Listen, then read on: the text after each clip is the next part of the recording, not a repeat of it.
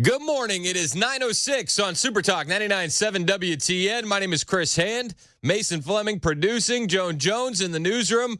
It is Friday. Oh, my gosh. We made it. We made it. Let's do an agenda-free Friday. Anything you want to talk about today, we can talk about it. 615-737-9986. Get involved in the conversation. I do want to start with Matt Gaetz.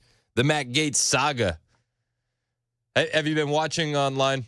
You know, Matt Gaetz withdrawing from consideration for Attorney General. It's been too distracting to the transition team. That was the official reason given. Yet nobody seems to buy the official reason.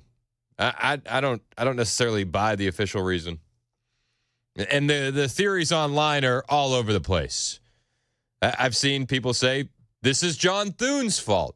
This is what happens when you have a weak Rhino Senate Majority Leader. I've seen people saying, it's the Rhinos' fault. They didn't want to give Trump what he wanted. And then I've seen the complete opposite side where they're saying this was Trump's plan all along. It was 4D chess. He had to find out the senators he couldn't trust. Seriously, I've seen that. I don't know about the 4D chess. I mean, the senators that they're saying couldn't vote for Gaetz and his confirmation were Susan Collins, Lisa Murkowski, Mitch McConnell, and one of the guys from Utah, the guy that took over Mitt Romney's seat.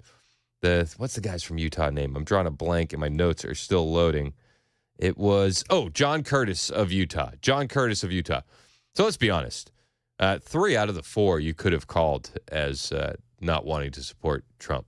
I mean, Mitch McConnell is who Mitch McConnell is. Lisa Murkowski, she was essentially on record saying, well, we need a real process. We need to be vetting. And she wasn't gung-ho about Gaetz. Susan Collins, you can argue she's just a liberal, but she's the best that we're going to do in Maine. You can make these arguments. So the 4D chess, this was Trump's plan all along. Not necessarily buying that. What happens next? People are saying DeSantis is going to put him in the Senate seat. That's what's going to happen. You know that, right? DeSantis is going to appoint him to the Senate. I don't know if that's going to happen. People say that the DeSantis-Gaetz relationship is icy at best. I think what we could see, though, is Matt Gaetz returning to Congress. ABC has the details. They say Gaetz, for his part, has only expressed an intent not to take the oath of office for the 119th Congress, which begins on January 3rd, 2025, and for which Gaetz won re-election. However, he cannot preemptively resign from a session of Congress that is not yet convened or that he has not taken an oath to serve in. So he is still eligible to serve in the 119th Congress. Although he cannot, under any circumstances, withdraw his resignation from the 118th Congress to return to the lame duck session, according to House rules. That's from ABC. So Gaetz can be right back in the exact same seat he was in before his resignation come January 3rd, 2025. I think that's the most likely scenario, just to be perfectly honest. I think that is a far more likely scenario than what we're going to see with DeSantis possibly appointing him for the Senate seat. What's your theory on Gaetz? What's your temperature on Gaetz? 615-737-9986. I've seen everything from this is it, it's over, the black pill, to the copium of this was 4D chess and Trump's plan all along. I think the truth lays somewhere in the middle. I'm disappointed. I am. I wanted Gaetz as AG. I think he's fearless. I think he's a pit bull. And I think that him stepping down is actually a win for the left. I said this yesterday, and I stand by it. What you've done is you've now let the crosshairs be completely and solely on Pete Hegseth and or Tulsi Gabbard as the left moves forward in this process. And to give them a win this early, I don't like it at all. I don't want to give them any wins. I don't.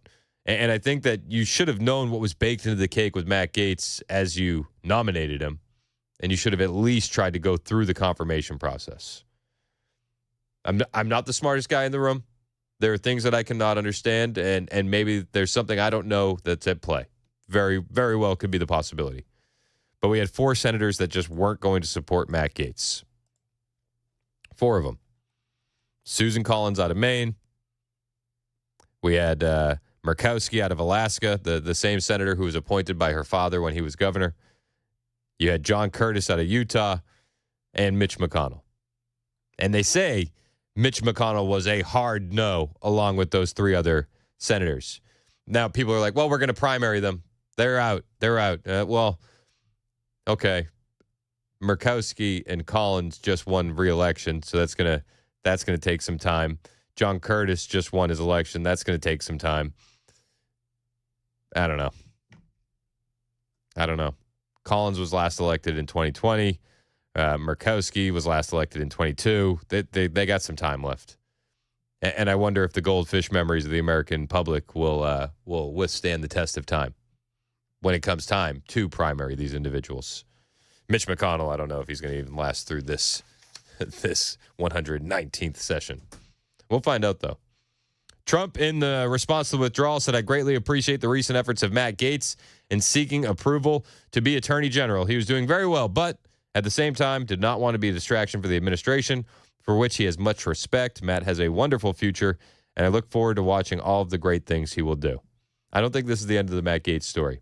Matt Gaetz is not going away. He's just not going to be our Attorney General. Again, I think the most likely scenario is that we see him back in the same seat that he's been in. I think that's the most likely scenario. There's a new AG in town. This happened relatively quickly. Pam Bondi. Trump has nominated Pam Bondi after the Matt Gaetz withdrawal. A lot of people are excited about it. A lot of people happy. Lindsey Graham, very excited. Very excited. Sometimes the people that get excited give me pause. Lindsey Graham did say he was going to support Matt Gaetz. Maybe Lindsey Graham is just supporting anybody. But President-elect Trump nominated Pam Bondi as Attorney General in the wake of Matt Gaetz dropping out due to an ethics probe alleging sexual misconduct. Trump announced Bondi's selection in a social media post on Thursday. He said, for too long, the partisan Department of Justice has been weaponized against me and other Republicans. Not anymore. Pam will refocus the DOJ to its intended purpose of fighting crime and making America safe again. Let's hope that she's the right woman for the job. Terry in the borough, your thoughts on Gaetz and or the new AG? Don't you kind of think you answered your own question when you said how could Trump and his advisors pick Matt Gaetz knowing that it was going to go into a tailspin? But by doing that, they found out who's going to crawl out from under a rock. So yeah, I mean, but I think the 4D chess is silly because couldn't you have predicted that it would be Mitch McConnell, Murkowski, and Collins? I mean, I'd give a pass on. Give a pass on John Curtis from Utah. I don't know him too well. Maybe that was a surprise. Okay, but what about Thune though? I mean, we didn't know what he was going to do. But Thune didn't say he was a hard no. None of the reporting I'm seeing is saying that Thune said he was a hard no. He didn't jump on the wagon either. No, he didn't. I mean, that's what I'm saying. Who's hiding in the closets that we could smoke out, and that's what they're trying to do. But I don't think Matt Gaetz was the right pick, to be honest with you. See, I liked the Gaetz pick. I thought he was a pit bull, and I thought he was going to do what he needs to do by any means necessary. But how much work is he going to get done when everybody's going to be piling on board to push him down? You know what I mean? Yeah, but I think that then you have to ask yourself, well, why aren't they going to do the exact same thing to Pam Bondi? And I would say they probably are. That'd be a hard sell right there. I know, but I'm not going to get excited about Pam Bondi. I was excited about Gaetz because he was a breath of fresh air and something different. Pam Bondi to me feels like the same thing that we felt with Sessions or with Barr, where we're excited at the beginning and then nothing is going to happen down the road. But how are we going to January 20th? How are we going to come out the gate if we have this dragging behind us? That's all I'm saying. And I want to see Trump come out the gate January the 20th. When he takes his hand off that Bible, I want things to change. Me and you both. But I just saw a guy like Gaetz not being afraid to go do what needs to be done. No, he's not. He's not afraid. But I think he knows better than anybody that he was going to pull our momentum down, and that's the reason why I think he decided not to do it. Yeah, but I mean, I go back to what Murphy said. It's like, yeah, but at least we had that one antelope that's going to draw the lions away, and now what the left can do is really focus on Hegseth and Hegseth and Gabbard, Yeah, that is a good point. I like that analogy. Yeah, I do too. Murphy nailed it with that one. He really did. He's on at noon. Dave in Hendersonville, your thoughts on Matt Gaetz? What you doing, buddy? How we doing, man? What do you think? I agree with you. I called in yesterday to the Bryant show, and I pretty much said the same thing. Matt Gaetz, he's not one of my favorites, but as far as being AG, I think he would have done he would have went in there and just tore it apart. He would have went after him. But by him getting out, he got out, and all it did was put the limelight on Pete and Tulsi. It took and put a crosshairs on them. It gave them a win. Yeah. It gave them a win, like you said, and it drew first blood. Yep. So it doesn't matter what they say. The list is going to be coming out, and they're going to be saying, "See what we told you? He had something wrong." Even though it was the last AG that done the investigation on him and found nothing, they're still going to make the accusations. And accusations, you know as well as I do, that's all it takes. Yep, and they're gonna view him pulling out as an admission of guilt. Absolutely. Yep, and they'll be able to frame it that way. That's it. This is what the left does. I appreciate the call as always, Dave. This is what they do. They're going to celebrate this as a win, and then they can focus on Hegseth. So I'm not exactly excited about it. I'm not excited about it one bit.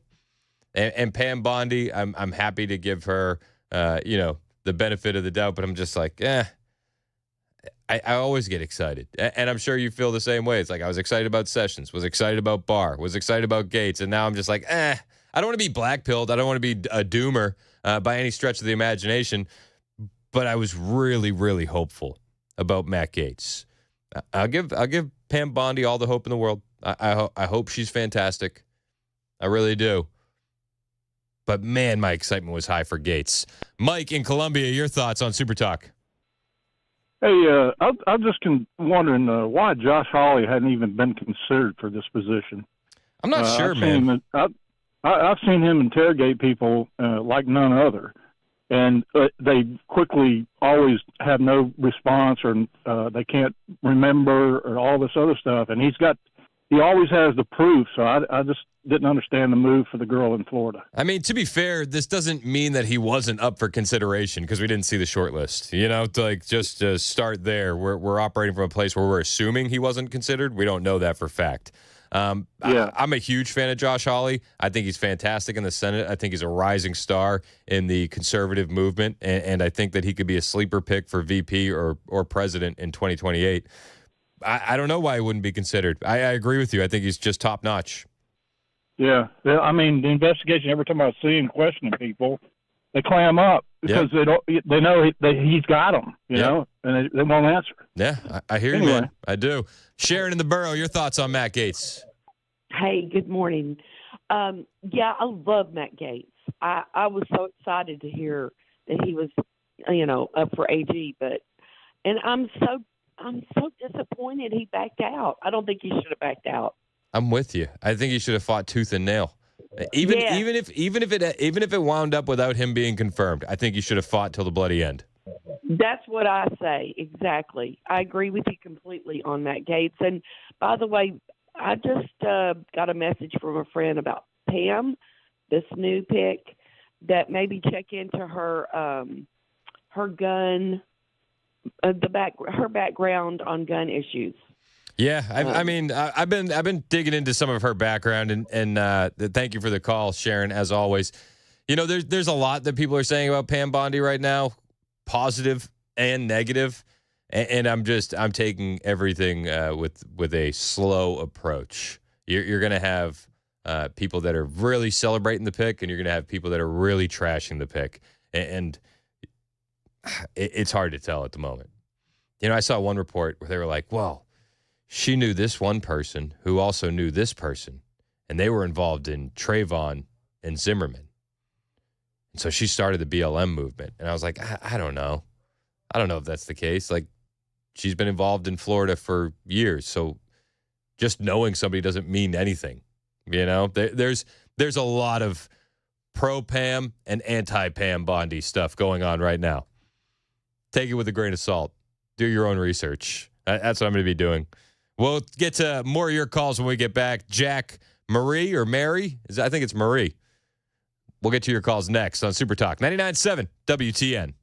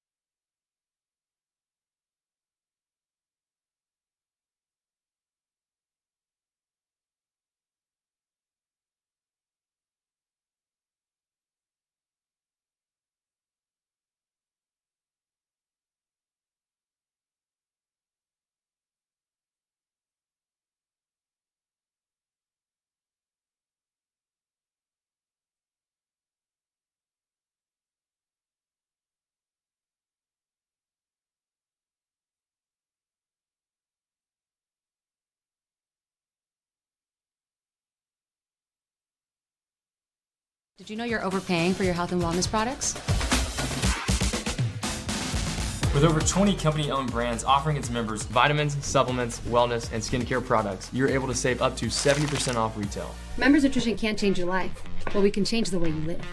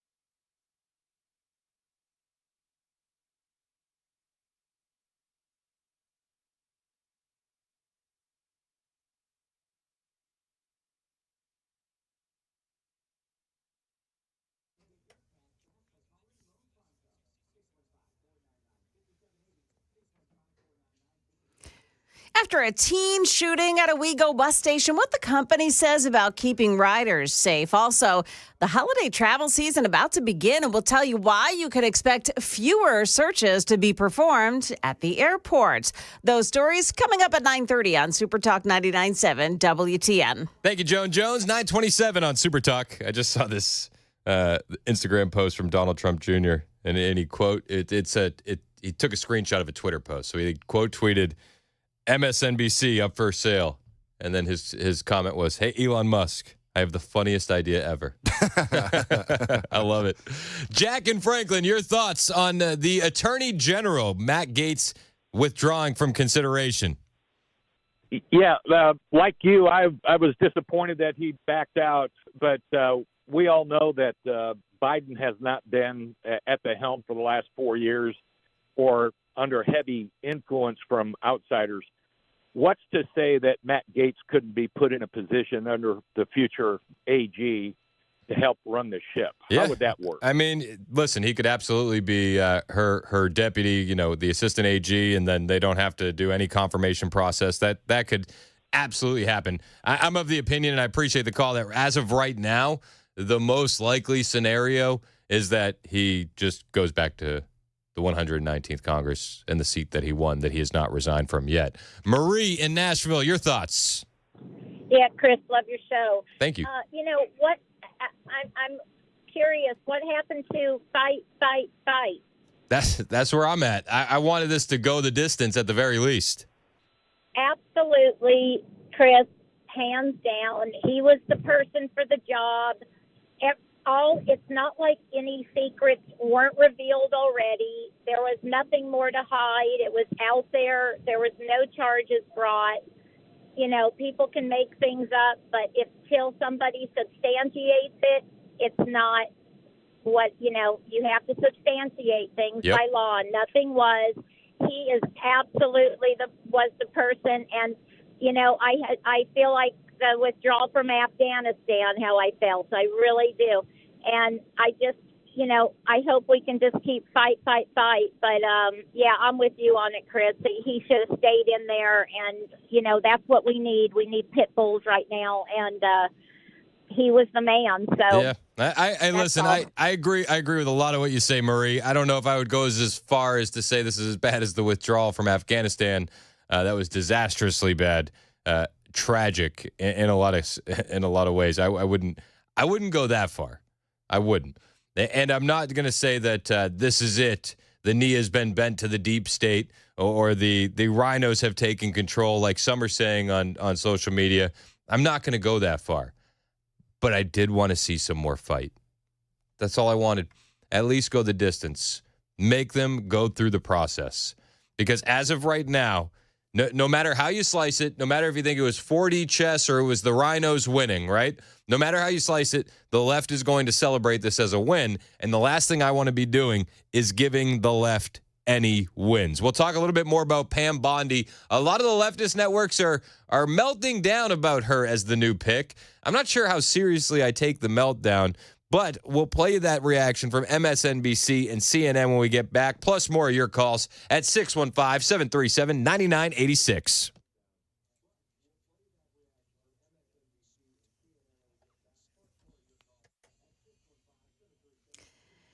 9:30 now, and I'm Joan Jones with your top stories. Stick around for your full forecast in a couple of minutes.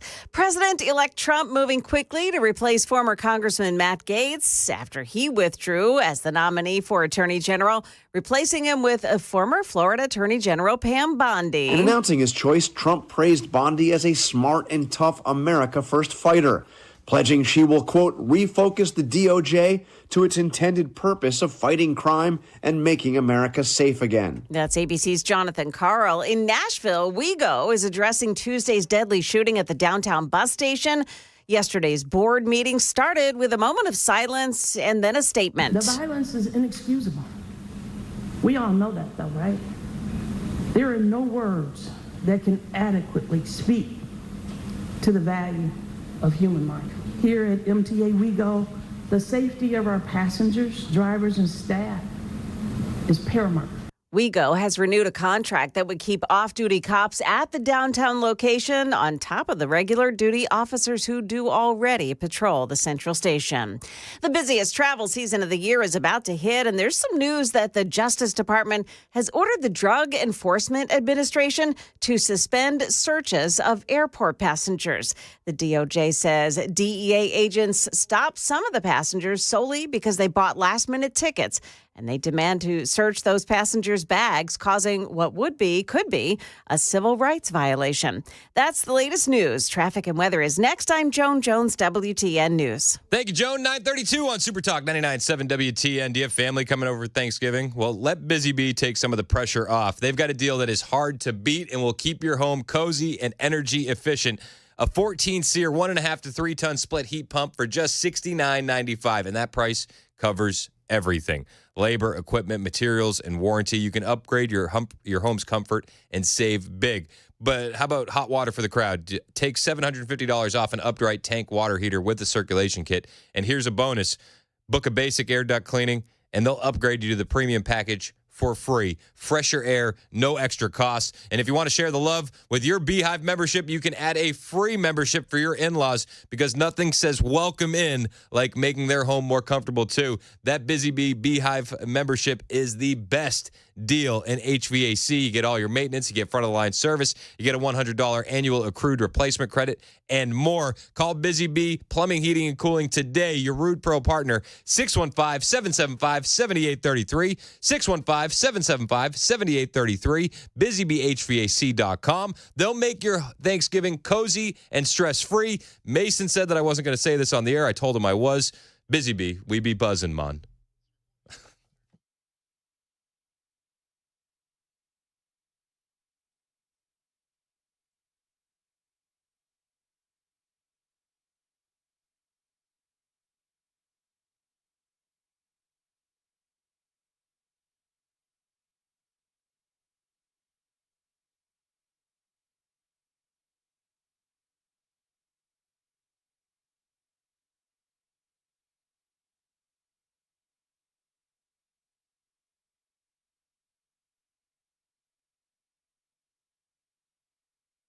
Hey, what's up, guys? It's Matt Murphy in the middle of downtown Franklin, Tennessee. We've talked so much about Savory Spice. I thought, why not show you the place? So let's go on in and see what's popping at Savory Spice. As I've always said, you will smell the spices even before you walk in. I can smell them right here in the doorway. Come on in, and let's introduce you to the one and only Holly, who is the owner and proprietor of Savory Spice. Say hey, Holly. Hello, everyone. Now, enough about Holly. Let's talk about spicy and easy products like the incredible taco soup, which, as I said, you put this in a crock pot, you put all the ingredients that it tells you to buy right there, you put the spices in, and it's so easy. So if you don't know what you're doing around the kitchen, it's a perfect way to find your way around the kitchen, as is the Mediterranean dill risotto. Now, for the holidays, pumpkin pie spice. What doesn't it have, Holly? Pumpkin. Doesn't have any pumpkin in it. That's a fun fact for all of you kids out there. Now, if you stop by Savory Spice, either in the Franklin location or at L&L Market, you can get yourself a sample of the dill dip, which is my absolute favorite. Just tell them Matt Murphy sent you to Savory Spice with purchase now. So come by Franklin or L&L Market in Nashville and come see Holly and the entire crew at Savory Spice.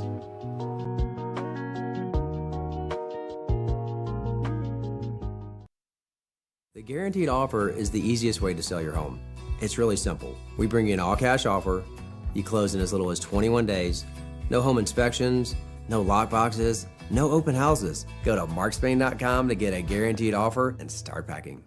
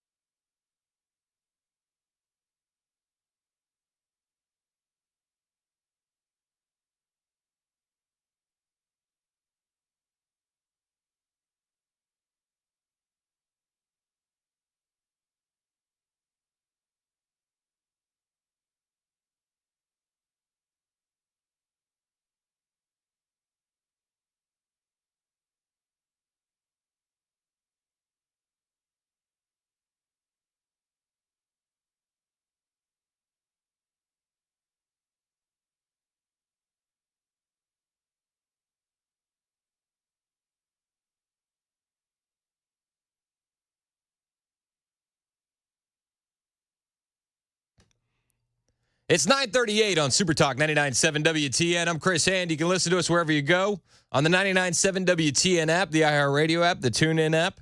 You can watch us live on Super Talk TV, Facebook, YouTube, Twitter, Twitch. You can catch the podcast on Apple and Spotify.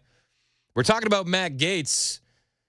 Getting a lot of reaction on the Super Text line. 94.95. Just to play devil's advocate here, we're only talking about what we know. Matt Gaetz may know something we don't. That's truth. Listen, we're just dealing with the information that we have in front of us. And new information can always change one's mind. Absolutely right. Sally texted in, said, your last caller got me thinking. Maybe Matt Gaetz was not the correct choice after all. When push came to shove, he got pushed and shoved.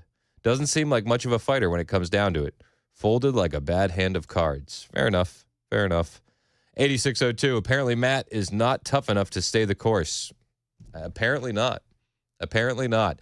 Let's go to Bob in Spring Hill. Your thoughts on Matt Gaetz withdrawing his consideration from the AG nomination. How you doing, Chris? I'm good, man. How are you? Good. So I like Matt Gaetz. I thought it was a great choice. I think maybe after meeting with a bunch of the senators, he realized that maybe they might be reopening that case, and also he might not have the votes. So rather than give the Democrats an opportunity to say, hey, see, we're able to still defeat Trump when we need to. Maybe he just decided not to put Trump through that and just step aside now and give Trump an opportunity to pick somebody that he wants without, having to have the Democrats gloat over defeating Matt Gaetz and Trump. Yeah, so, I mean that's my guess. I get where you're at, and let's be fair. We're all just speculating, right? Like we have the information that's been presented. We're just speculating. But I will say that they're going to celebrate this as a win anyway. The fact that he withdraw or if he had gone through the confirmation process and not been confirmed, they would celebrate either as a win. So my biggest concern now is that instead of the focus, I keep going back to the Matt Murphy antelope analogy. If we're going by the antelope analogy, now Pete Hegseth is the antelope that is going to draw the lions. Yeah, no, I agree. And you know what, Pam, that Bondi, she's a pretty tough cookie, and I don't think she's going to be, a pushover like people might think, because she's pretty tough in Florida, but also she's, sexual harassment proof, if you will. Yeah. Because it seems like every time some guy that they don't like, the Democrats don't like, somehow they find somebody to, file sexual harassment charges. So yeah, I hear you. I hear you on that, and I'm going to give her all of the leeway to do the right things, and I'm going to go in with a positive attitude. I appreciate the call, Bob. But I will say this. I'm not as excited about Pam Bondi as I was about Matt Gaetz. Pam Bondi, to me, currently, I don't want to be blackpilled, but I was excited about Sessions and I was excited about Barr, and then nothing happened. And I'm going to take a very reserved approach to Pam Bondi. She's going to have to prove it. And until she proves it, I'm just going to operate as not expecting much from her. Just being perfectly honest. And maybe I'm on an island thinking like that, but I'm going to take a prove it stance with Pam Bondi. Alex in Tullahoma, what do you think about Matt Gaetz? Good morning, Chris. How are you?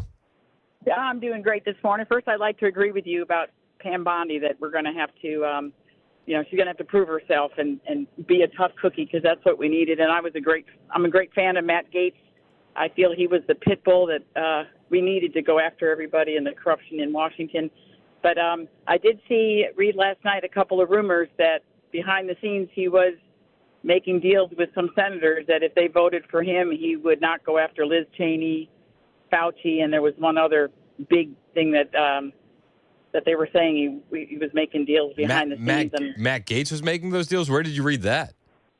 I was on Getter last night. I don't know whether it was Politico or something like that, but there were rumors of that going on, and I kind of wonder if J.D. Vance was with him with all the interviews and with all the senators, that maybe it got back to Trump that maybe this wasn't the guy. As I said, I'm a big fan of Matt Gaetz. I wanted him to go in there and go for the jugular, you might say, and get all these people out of there. But something happened there that they wanted him out quickly. Yeah. I mean, something absolutely happened. What it was, I think we're gonna need some time to figure out. I appreciate the call. I mean, as of right now, we're all just speculating. I mean, that's all we're doing. It just doesn't. The withdrawing because I'm too much of a distraction just doesn't seem to pass the smell test, especially given anything and anyone that is in Trump's orbit becomes somewhat of a distraction.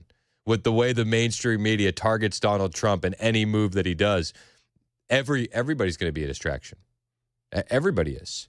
I mean, they're already acting like Pam Bondi could be literally the next Hitler, because that's what they do. Over on MSNBC, they had a contributor in there by the name of Jason Johnson, and he was reacting to the selection of Pam Bondi, and he was acting like this is worse than Matt Gaetz, Pam Bondi's selection, and maybe it is. I hope so. I got a text here that said from 5281, Chris, you're wrong on this one, buddy. Enjoy your show. I hope I am. I would love to be wrong. I'm just going to take a prove it approach. But MSNBC, Jason Johnson, he's on the air last night saying this is worse than Matt Gaetz having Pam Bondi in there. Pam Bondi is exactly what I was saying in the last segment that we should all fear, because she's competent.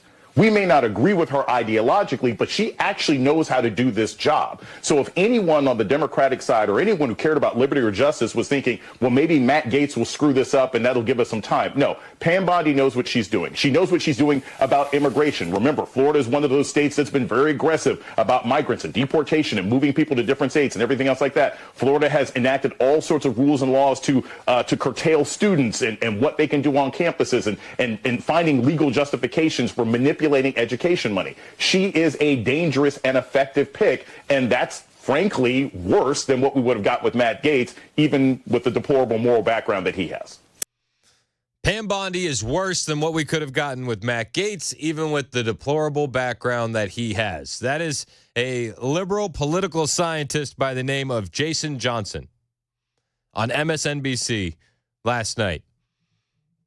I'm happy. I'm happy to be wrong about Pam Bondi. I'm just taking a prove it approach. I was very excited about Gaetz, and admittedly, back in the day I was excited about Barr, and admittedly, back in the day I was excited about Sessions. I'm just not going to get excited yet. You're gonna have to prove it. Mario in the Borough, you're up next. Your thoughts on Gaetz and Pam Bondi? Oh, I'm pumped up because yes, I wanted him to be the attorney general, but then again, with Trump, you have to think bigger than that. I mean, what if he gave up his seat on the House, but now DeSantis can appoint him the senator? Now he can shake things up in the Senate. So I mean, as much as I wanted him to be, I just know that it's bigger than that, than what we're seeing. Besides, he stole all the air from the news with Biden giving those missiles to Ukraine. Yeah, but is that a good thing or a bad thing? I mean, I don't know if we want the mainstream media to shy away from a bigger story because of Matt Gaetz. Well, the mainstream media is still going to say that Russia just launched missiles. They're not going to say that Ukraine launched and whatever else. They're going to spin it their way anyways. So you like it, and you're of the belief that DeSantis picks Gaetz for the Senate seat. Oh, I'm thinking there's a bigger plan than what we're seeing. I mean, there is this chess big time, and we're only seeing the moves. We're not seeing the strategies behind it. Maybe. I hope you're right, Mario. I appreciate the call. Now, I don't know if DeSantis puts Gaetz in the Senate seat. There's a lot of talk about Laura Trump being put in that Senate seat. There's a lot of talk that DeSantis and Gaetz don't exactly have the best relationship. I mean, these things could change. It's just the reporting I've seen. I'm not saying that it's infallible. I think the most realistic thing that could happen is Gaetz just goes back to the seat that he just won. He only resigned from the 118th Congress. You cannot resign from a Congress that hasn't been sworn in yet. So Gaetz absolutely has the opportunity to go right back in and take the seat that he rightfully won in the election. I think that's the most likely scenario. Maybe there's a bigger plan. Maybe he's assistant AG. Maybe he gets the Senate seat in Florida. Only time is going to tell on that stuff. Mark in Nashville, your thoughts on Matt Gaetz? I believe that it was an excellent choice, but they probably found something on him right at the last minute or something to make him drop out. But I believe Trump knows exactly what he's doing. He's. Oh, we lost Mark. Thing. Oh, I'm sorry. Hey, say that one more time again, Mark. I believe Trump knows exactly what he's doing. He's been planning this for 3 years. He's a very smart businessman. Matt Gaetz was an excellent choice, but they may have found something on him at the last minute to make him drop out. Or who knows? We'll find out in the coming days. As far as the Dan Bongino thing, I've been a P1 listener and watching this show for 3 years, and I'm telling you, he's not going to be the leader of the Secret Service because he said yesterday on the show that he hasn't been contacted by anybody. And as far as he knows, I believe that he don't really want to do it. I believe he's not interested in doing it. I believe he's making more with his show, and he's making more progress, with the Republicans and Interesting. the Trump supporters with the show. Hey, I didn't hear him say that yesterday, but I'll take your word for it. And if nobody's calling you about it, you're not getting the job, obviously.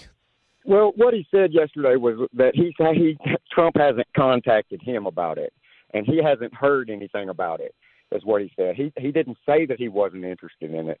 I just think my opinion, I think that he's making more progress with his show. I believe that his show and Joe Rogan and that's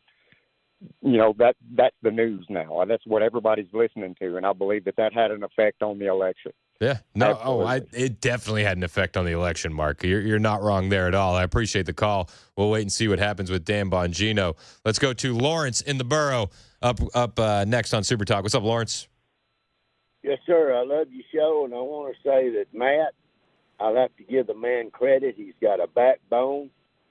He reminds me a lot of Donald Trump, and he would have prosecuted some of these people like Nancy Pelosi needs to go to jail for tearing up that official document that she tore up in front of the World TV. That woman that's using her campaign money, giving it to her daughter, she needs to go to jail.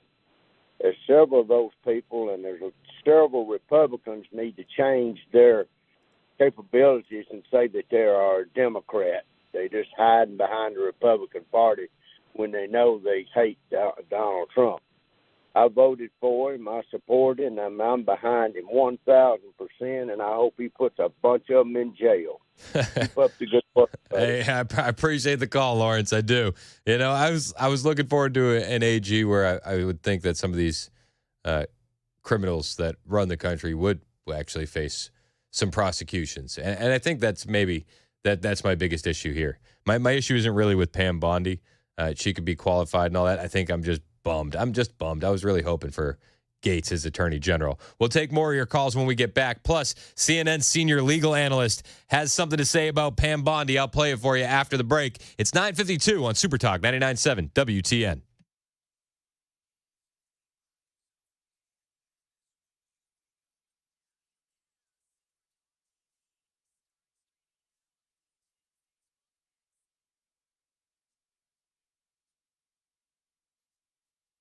I do everything from scrubbing cages to asking people for donations to answering the phones and helping facilitate getting animals to the rehab. I'm there on the weekends, up there taking care of animals with the team. You got a great team there. It's a small team, but a great team that works together. And I started about 20 years ago. My dear friend Carol Burgess founded Harmony in Fairview. Okay. And we decided to reopen it in West Nashville. And we are rocking along. Lots of animals. One of the primary calls that we get are, I found a bird, it's on the ground, what do I do?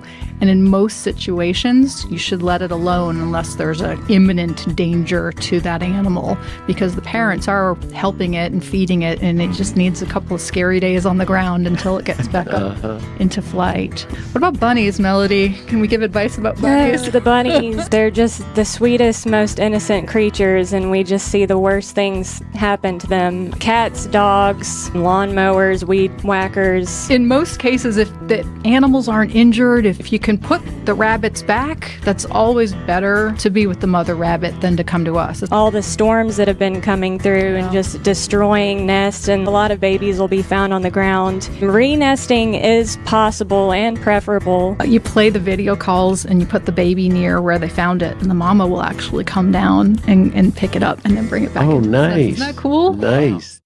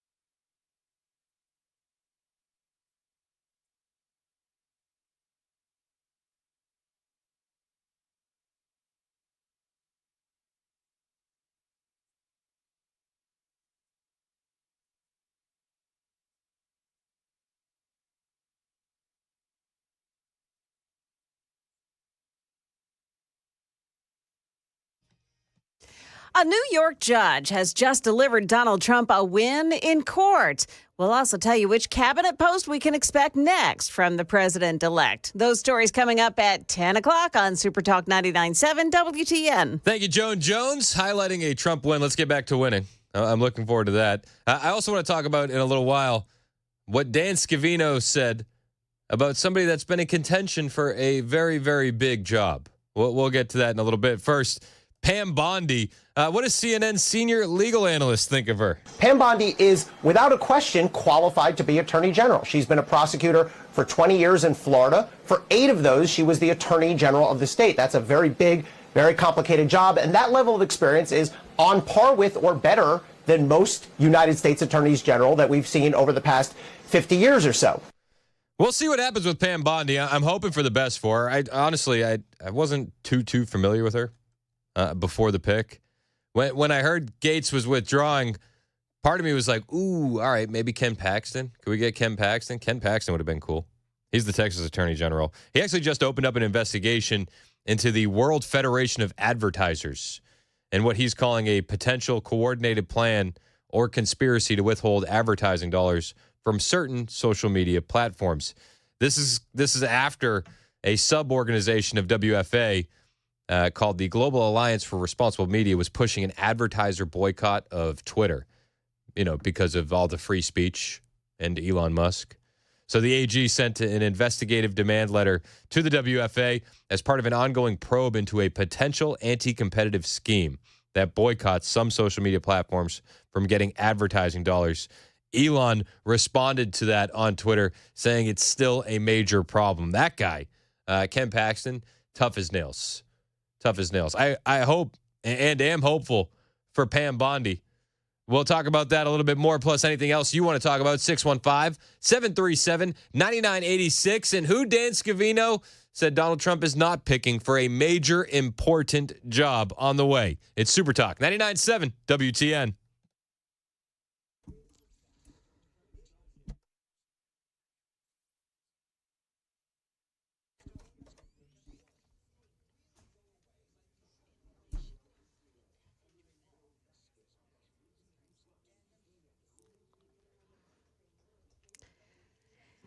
Ten o'clock now. I'm Joan Jones with your top stories. Cloudy and 44 now. Stick around. We've got the full forecast in just a couple of moments. The judge presiding over Donald Trump's New York hush money trial has just postponed the sentencing indefinitely that had been scheduled for next week. That allows for more time for arguments on whether that case should be dismissed completely.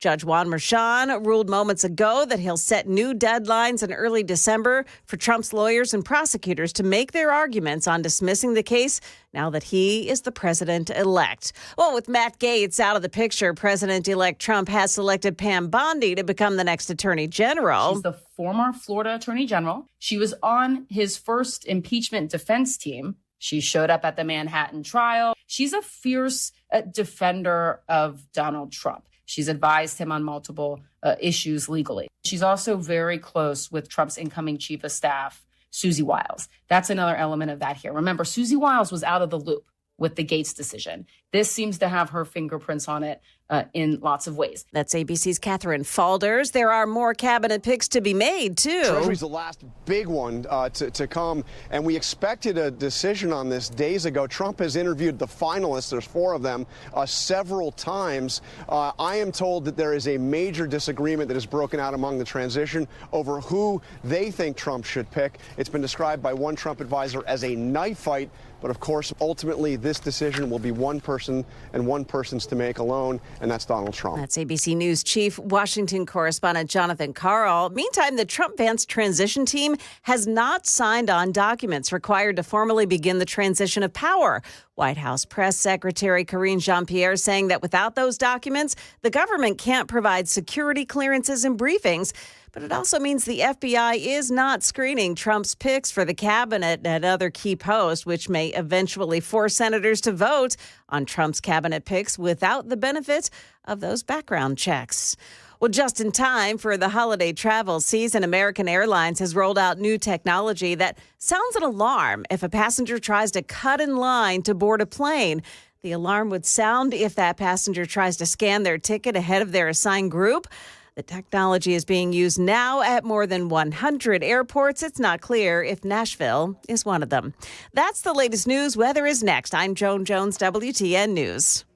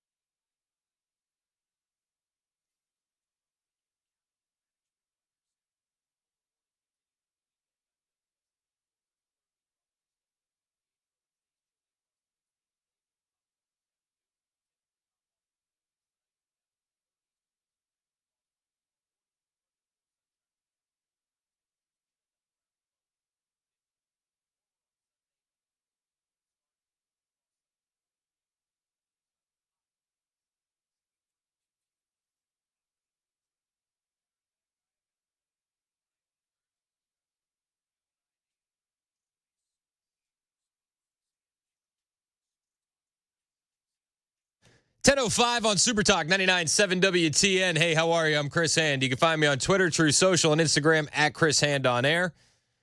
We got a lot to get to. So last night, we had the Gaetz stuff going on, and then Pam Bondi was named AG, and then a report came out that Donald Trump was considering Mike Rogers for FBI director with Kash Patel as his second in command. And I thought, no, please no. I mean, it got to the point where even CNN was talking about it, and Andrew McCabe went on CNN and endorsed Mike Rogers for FBI director. He is someone who's experienced at the FBI. He just ran for Senate in Michigan and almost won, lost to Alyssa Slotkin there. If Trump named him as the next FBI director, how would you feel about that? Keelan, I think Mike Rogers is a totally reasonable, logical selection for FBI director. If, in fact, that's the decision President-elect Trump makes. I had many interactions with then Representative Rogers during his time as chairman of the House Intelligence Committee. So he's, as you mentioned, someone with history with the FBI. He understands the organization. He served as an FBI agent for several years before he went off on his political career.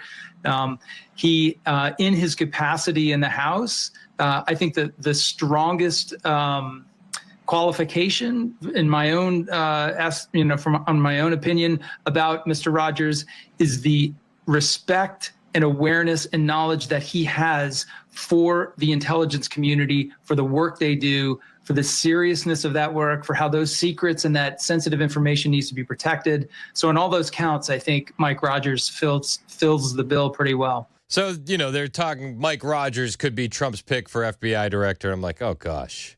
And then Andy McCabe goes on CNN and endorses him, and I'm like, come on. It's like, this is not what I want to hear, right? Especially as the social media machine is going nuts saying, that's it, Trump lost to the deep state, Thune, then Gaetz, now this, and there was kvetching, there was salt the left was able to mine for salt. And I was one of those people that was like, please no, because we know who Mike Rogers is.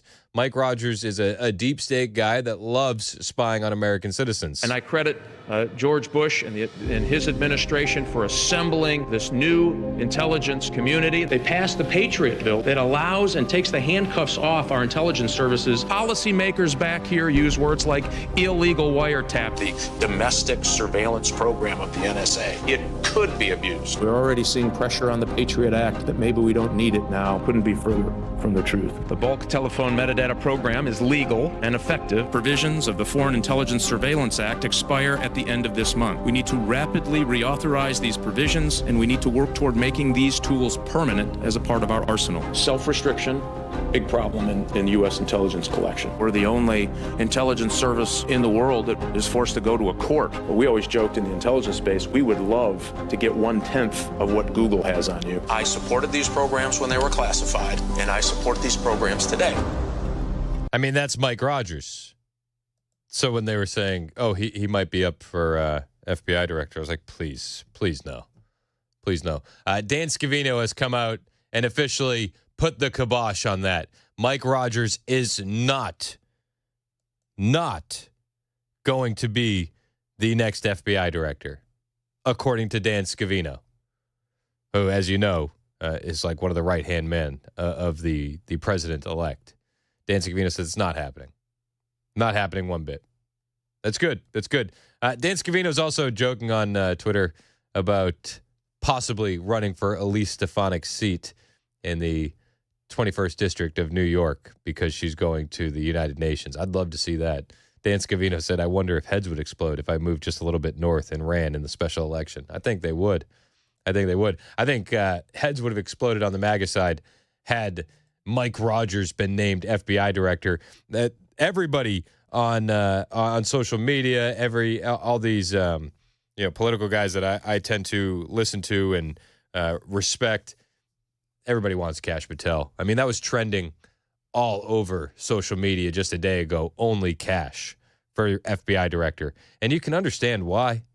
Kash Patel, he says all the things that you need to say when it comes to how the FBI needs to be reformed. And he would be extremely dangerous to the status quo. I mean, when he was talking on the Sean Ryan podcast about what he would do with the FBI on day one, I'm like, please give this man the job. Because you hear him talk and he wants to get rid of the bureaucracy and he wants to get rid of the corruption. Then we need to decrease what I call government creep with personnel.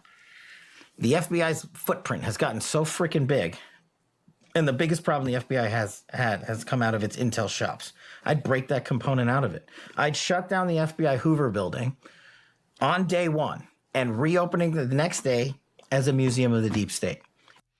So you would shut down the Hoover building day one. He said the biggest problems at the FBI are their intel shops.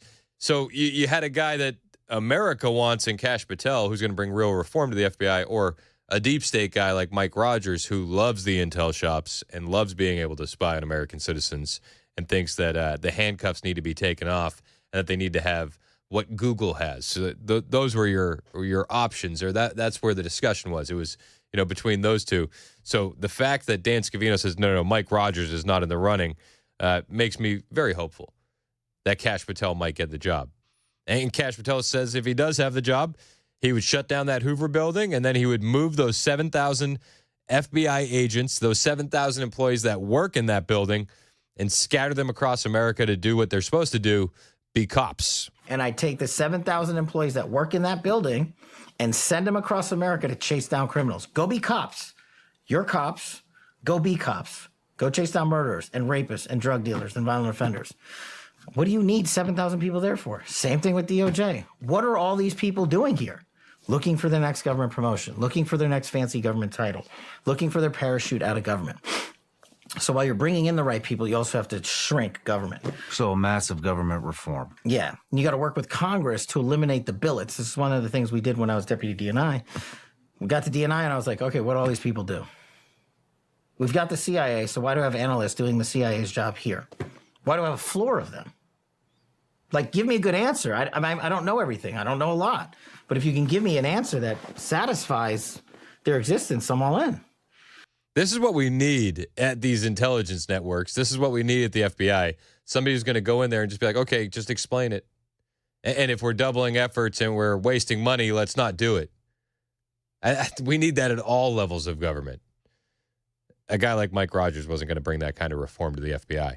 No way, no how. Again, Dan Scavino officially saying that Mike Rogers is not in the running for FBI director. I think that's huge. It means Kash Patel still is in the running for FBI director. And the more you listen to Kash Patel, the more you like Kash Patel. Well, we just have our own people. Okay, well, now we don't. And we went to Congress and zeroed out a bunch of billets, and they hated us for it. Why? Why would Congress hate you for that? Not Congress, the public. Congress is like, great, you saved us money. You're the only agency that returned money this year because we didn't spend our entire budget. We were literally funding seats with no humans in them for years. While we're, how many trillions in debt? 36 last time I checked. It probably is going to be 37. It wouldn't shock me if it already was. And we're funding seats without humans in them for years. This is the kind of waste that goes on at every level of the government. We need guys that are zeroed in on this at every level of the government, from HHS down to the FBI and everything in between. Kash Patel would be the guy to do it at the FBI. And what the government creep that I was talking about is these agencies go to Congress every year. And again, this is why it's a thing of decades. I need 5 more seats here. I need 10 more seats here. Okay, you keep doing that. How's that going? Oh, we'll fill that seat next year. We're in the process of, interviewing people for that section. And that keeps, no one returns money. It's the biggest fiction in government that you can't return money. Every agency and department that I've ever worked for, when it comes to the fiscal end of the year, they're like, go on trips, go spend money. What? Just give it back to Congress. We can't do that. We can't give our money back to Congress. I would like them to, instead of going on trips. Kash Patel says we were the only agency giving back money to Congress. Let's do that at the FBI. Let's do that at every level of the government. Lord knows we need it. Dave in White House has been waiting on the line for a minute. Wants to talk about Matt Gaetz. What's up, Dave? How are you? Not bad. How are you? I'm good, man. What do you got? I think we're overlooking President Trump's statement on Matt Gaetz. I think he wanted Matt Gaetz. He put him in there. They seen that there was some trouble. The House committee's report and everything. He sent J.D. Vance and him around to take the temperature of Senate, and they found out that it was going to be a unwinnable battle, and they've taken a step back. I don't think Matt Gaetz is going back to take his position in the House. I think Trump is going to appoint him to a position maybe in the Attorney General's or somewhere else where he doesn't need Senate confirmation, and let him kind of marinate and stew and do what he can now and be in a better position down the road for the Republican Party. Hey, that may be the case, Dave, and I don't think that you're crazy for thinking it. It definitely could be the case that Trump is going to take Gaetz and put him somewhere where he doesn't need to be confirmed. I do think the most likely scenario is that he ends up back in that seat that he just won. But, hey, I've been wrong before, and I would be happy to be wrong again if they want to take him and make him second in command in the Attorney General's office, a position that doesn't need to be confirmed. I think that'd be fantastic. But I think that today what you're going to see is the left celebrating this as a win. They got a scalp, and now the next one in line is going to be Pete Hegseth. He's going to be the one that they're going to focus on completely. Now, GOP senators have expressed confidence in Pete Hegseth's confirmation as the Pentagon chief. And he was meeting with everybody yesterday. He met with John Barrasso out of Wyoming. He met with Marsha Blackburn, Markwayne Mullen, Haggerty. He met with Eric Schmidt out of Missouri. He met with Roger Wicker out of Mississippi. He was meeting with everybody. But he's got those allegations of sexual assault lingering out there. And we just saw allegations take Matt Gaetz out of consideration because they were too distracting. So now the left is going to move their attention to Pete Hegseth. That's what they're going to do. 100%. Pete Hegseth is now the guy. And they're already focusing on him. They are. It was just yesterday, MSNBC had a guest on calling Pete Hegseth a far-right extremist who is promoting military-level weaponry and sells grenade soap. They're already losing their minds over it. Well, as somebody who, a third of my book is about military coups and what happens to militaries with authoritarian leaders. Hegseth was a logical choice for those who would like to see a more politicized military. Again, they are considering doing this groundbreaking, unprecedented thing of using the U.S. military for domestic repression, domestic operations. It's so insane. It's so insane. They said that they're going to get a guy who's going to politicize the military. Have you seen the woke DEI agendas in the military? We're spending like $85 billion on DEI initiatives via the Department of Defense. It's already been politicized. We're trying to bring it back to the middle. But this is why they're focused on this guy. And this is who they have to focus on now. The deck has been cleared, if you will. Pete Hegseth is the next guy up in the crosshairs. And it's important that Hegseth has tattoos that are linked to far-right extremism. And we know, of course, the military is a strictly nonpartisan institution. And it's also interesting that he was making videos selling grenade soap. He was selling ammo. He was selling grenade soap. He was selling soap that was shaped like grenades. The absolute madman. We can't let him near the Pentagon.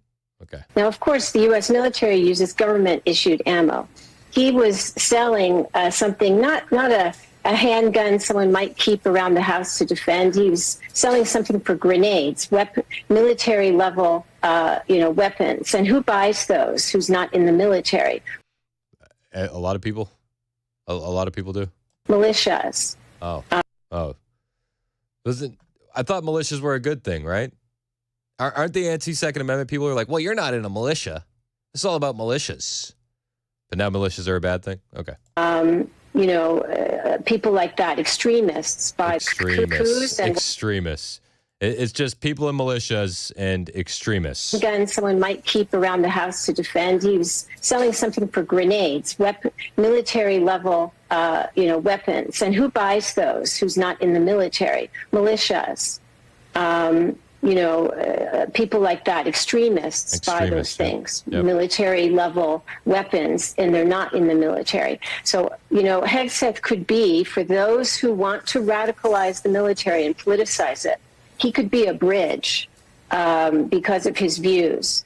And that's very, very dangerous. And this is why Hegseth is now in the crosshairs. His views are too dangerous for the radical left. His views of wanting to get the military back to a meritocracy and less focused on woke initiatives it's insane to the left. They can't let something like this happen.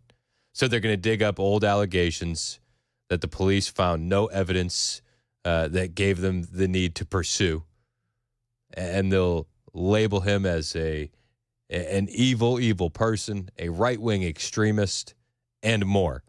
John in the Borough wants to talk about Pete Hegseth. John, I'll take your call next. Hang out with us. It is 10:22 on Super Talk 99.7 WTN. Have you thought about your investment strategy and your retirement planning lately?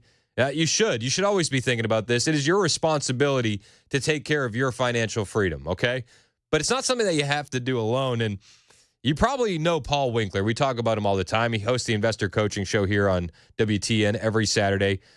But Paul is a smart guy, and he helps me through all of my retirement and financial planning.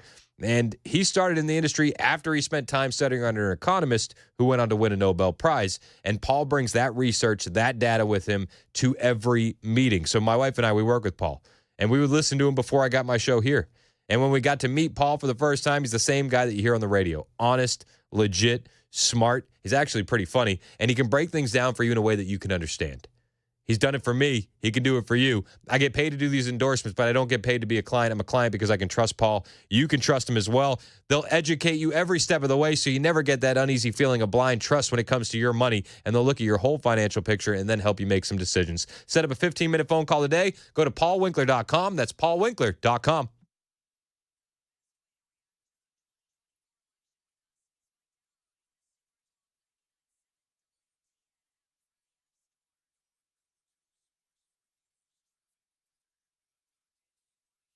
Did you know you're overpaying for your health and wellness products? With over 20 company-owned brands offering its members vitamins, supplements, wellness, and skincare products, you're able to save up to 70% off retail. Members Nutrition can't change your life, but we can change the way you live.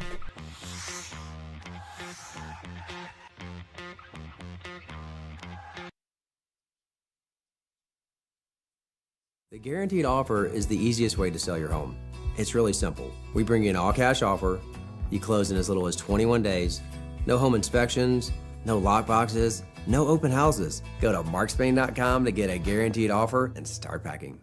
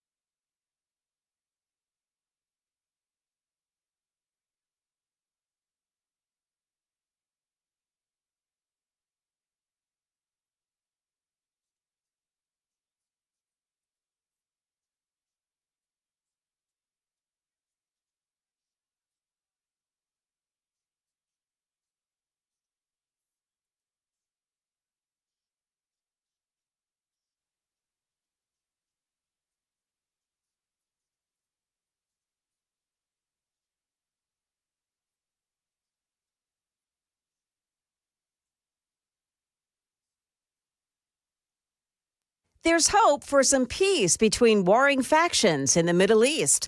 Also, remember when egg prices were so high? Well, looks like those prices may be coming back. Those stories at 10:30 on Super Talk 99.7 WTN. Well, why wouldn't the prices be coming back? We got a few more months of this hell. Unreal. You know, Karine Jean-Pierre is actually bragging about lower prices. We'll play that on the way. They always do this kind of stuff. It's wild. It's wild. It's like they don't understand that we can go into a grocery store and just look. Oh well, I got sidetracked. It's Super Talk 99.7 WTN. We were talking about Pete Hegseth. You know, I think that Matt Gaetz withdrawing his consideration for the nomination really puts the crosshairs on Hegseth. And the left has a scalp. So now they're going to go at Hegseth even harder. John in the Borough, your thoughts on Pete Hegseth? Hey, Chris, thanks for taking my call. I just got to share this with you. Anytime I listen to you guys every day, and anytime I say anything to my wife, she says, well, let me research that. I love it. And she'll research it before we can you hear me? Yeah, I love it. I think that's a great thing for her to say. Well, I asked her about Pete's affair there. I said, what do you think about that woman saying that he raped her? And she goes, well, let me research it. And about an hour later, we sit down, have dinner, and we're talking. And I said, what do you think about that lady that says that Pete raped her? And she said, regret is not rape. Yep, 100%. I mean, you look at the allegations, like the woman was married. They had video of her leading. They were arm in arm heading up to the hotel room. Regret is not rape. You're absolutely right. You nailed it. And how many days was it before she called the police and got a rape kit done? It was at least, 4 or 5 days? Oh, yeah. Yeah, that was horrible the way that come about, because that really hurts the true victim of sexual assault. Oh, absolutely. Every false accuser hurts a real victim. And I think that false accusations like that should be treated just as horribly as the actual cases of rape. Like, you're still ruining somebody's life, even with the accusation. Even if the accusation doesn't play out, you could ruin someone's life. It's awful. Well, thank you, brother. I appreciate what you do. Hey, man, appreciate you. Let's go to Gary in Greenbrier real quick. What do you got, Gary? Real quick, I've just left church, Our Lady of Lourdes, and a good friend of mine just told me that his friend was at the ice. He's in a wheelchair, and a Venezuelan gang member had snatched a small child out of the arms of a father, took off running. The father, of course, goes chasing, yelling, "He's taking my child." They locked the place down, and in 3 minutes, they got the Venezuelan gang member, and it was at a place called The Ice. I've never been there. Apparently, it's at the Opry Mills, and it's real cold in that place. So they got him. The Venezuelan gang member happened last Friday, and it never got in the news. Interesting. I'll look into it, Gary. I appreciate it, man. Thanks for the call. That's that wouldn't shock me if it was the case. It wouldn't shock me if mainstream media didn't want to cover that. It's a wild story. We'll definitely look into it. It's 10:30 on Super Talk 99.7 WTN.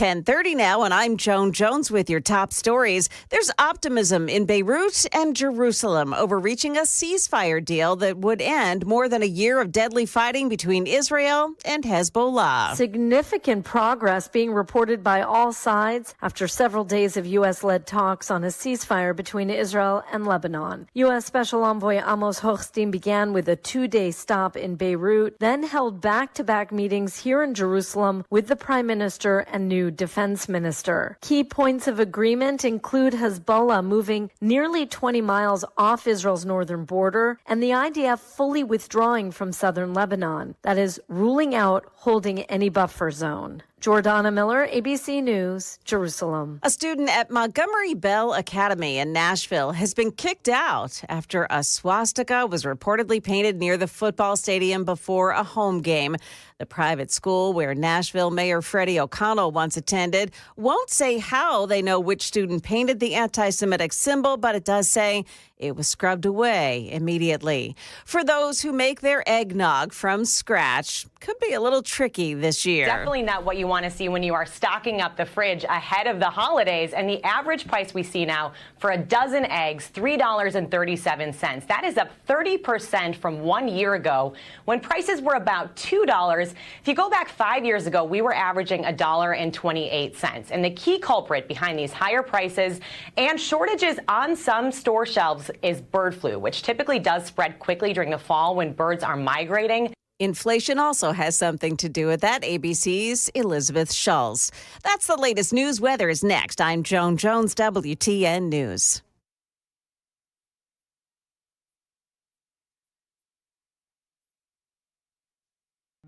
Hey, what's up, guys? It's Matt Murphy in the middle of downtown Franklin, Tennessee. We've talked so much about Savory Spice. I thought, why not show you the place? So let's go on in and see what's popping at Savory Spice. As I've always said, you will smell the spices even before you walk in. I can smell them right here in the doorway. Come on in, and let's introduce you to the one and only Holly, who is the owner and proprietor of Savory Spice. Say hey, Holly. Hello, everyone. Now, enough about Holly. Let's talk about spicy and easy products like the incredible taco soup, which, as I said, you put this in a crock pot, you put all the ingredients that it tells you to buy right there, you put the spices in, and it's so easy. So if you don't know what you're doing around the kitchen, it's a perfect way to find your way around the kitchen, as is the Mediterranean dill risotto. Now, for the holidays, pumpkin pie spice. What doesn't it have, Holly? Pumpkin. Doesn't have any pumpkin in it. That's a fun fact for all of you kids out there. Now, if you stop by Savory Spice, either in the Franklin location or at L&L Market, you can get yourself a sample of the dill dip, which is my absolute favorite. Just tell them Matt Murphy sent you to Savory Spice with purchase now. So come by Franklin or L&L Market in Nashville and come see Holly and the entire crew at Savory Spice.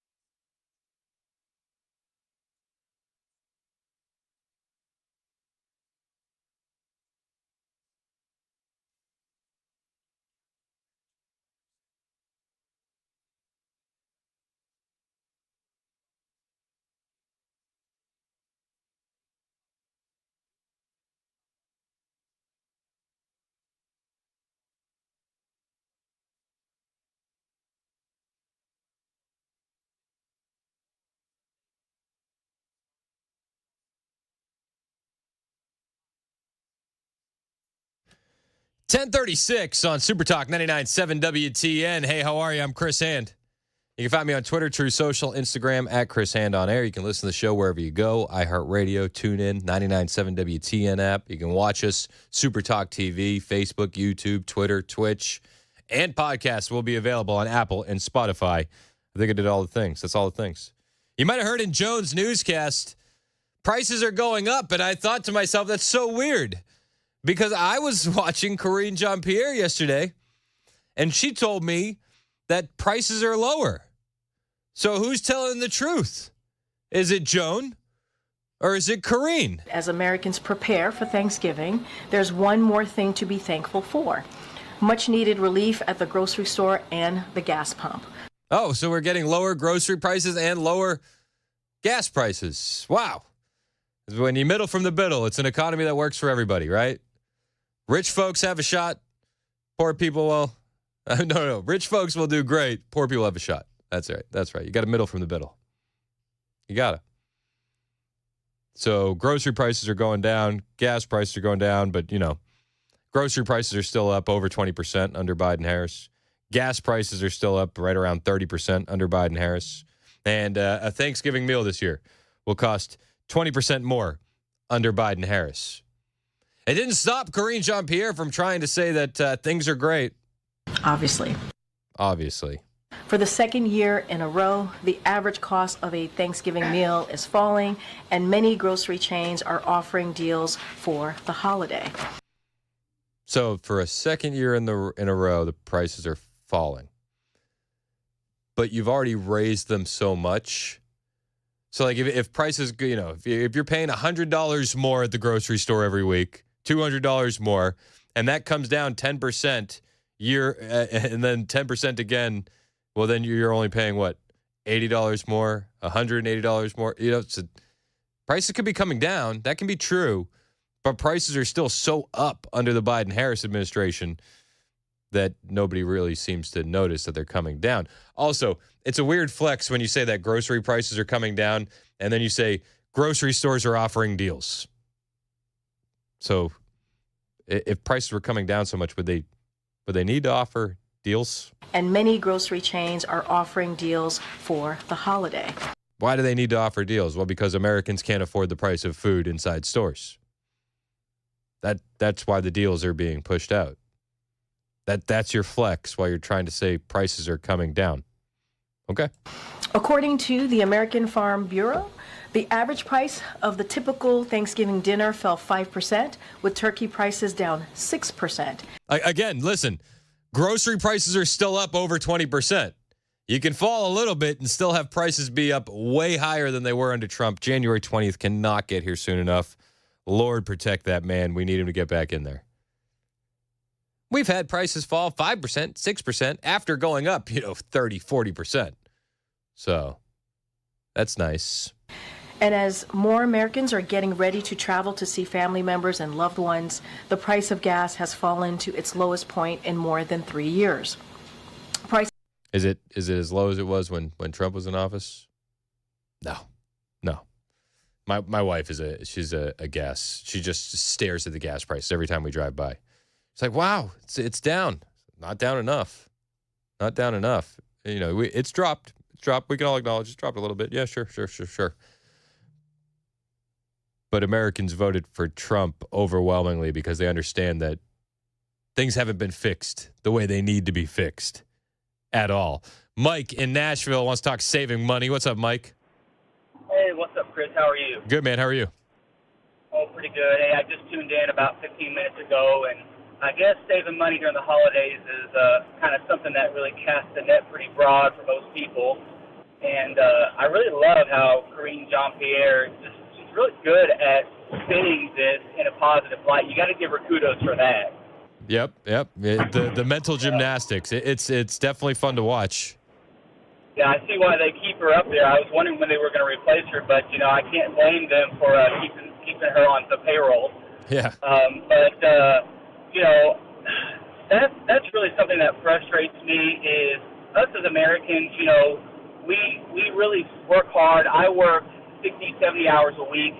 My wife works a full-time job. We both get home when the sun's down, and for them to say you're going to save crumbs, it's like us just getting crumbs from the master's table. I work and dedicate my life to making my children's life better, those around me better. I run a small business. I want to make sure my guys get paid well. Yep. And here they're telling us that we're going to save pennies. Yep. I'm looking for dollars. And she gets up there. She gets up there and she says, "Plus, grocery stores are offering deals." It's like, are you kidding me? Kidding me? Like it's their job to kind of bridge the gap between what this administration can't do. Yeah, exactly. Yeah. So it's just really frustrating because I don't want to sit here and be grateful for being able to work 60, 70 hours a week and afford Thanksgiving meal. Yep. I'd like to expect a little bit more from that from the country that I pay pretty much 50% of my income in tax. Yeah. Like when it's all said and done, you're welcome for having a job. Yeah, no, you're absolutely right. But don't worry, Mike, that 50% of the tax that they're taking from you, they're going to send it to Ukraine. So no worries. And my wife is from Ukraine, so, on the other hand, I do have a perspective when it comes to that. But even she gets frustrated. She says, it's just a waste. Yeah, it is. Hey, I appreciate the call as always, Mike. Thanks so much. You know, Biden's just worried about his legacy now.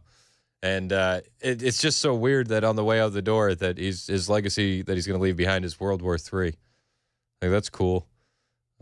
Thanks so much. You know, they let Ukraine use these missiles on Russia. It's a clear escalation. Russia fires back, and they scream, "Look at what he did to us." How could he? They scream out in pain as they get hit by Russia after escalating. It's like, guys, what did you think was going to happen? And when you look at the response from Vladimir Putin after those long-range missiles, very, very reserved for all intents and purposes. He delivered an ICBM, got through their defenses, an ICBM that could have been packing a nuclear payload, and it wasn't. I think that's his way of saying, this is what I could have done, and I didn't. Trump can't get in there soon enough. Putin is open to negotiating a ceasefire with Trump. Zelensky is going to come to the table and negotiate a ceasefire with Trump. But nobody's going to do it while the checkbook is wide open. Zelensky has no incentive to go in for peace talks right now. Joe Biden's worried about his legacy, and all I'm seeing is destruction at every level, globally and domestically. And they wonder why the left lost the election.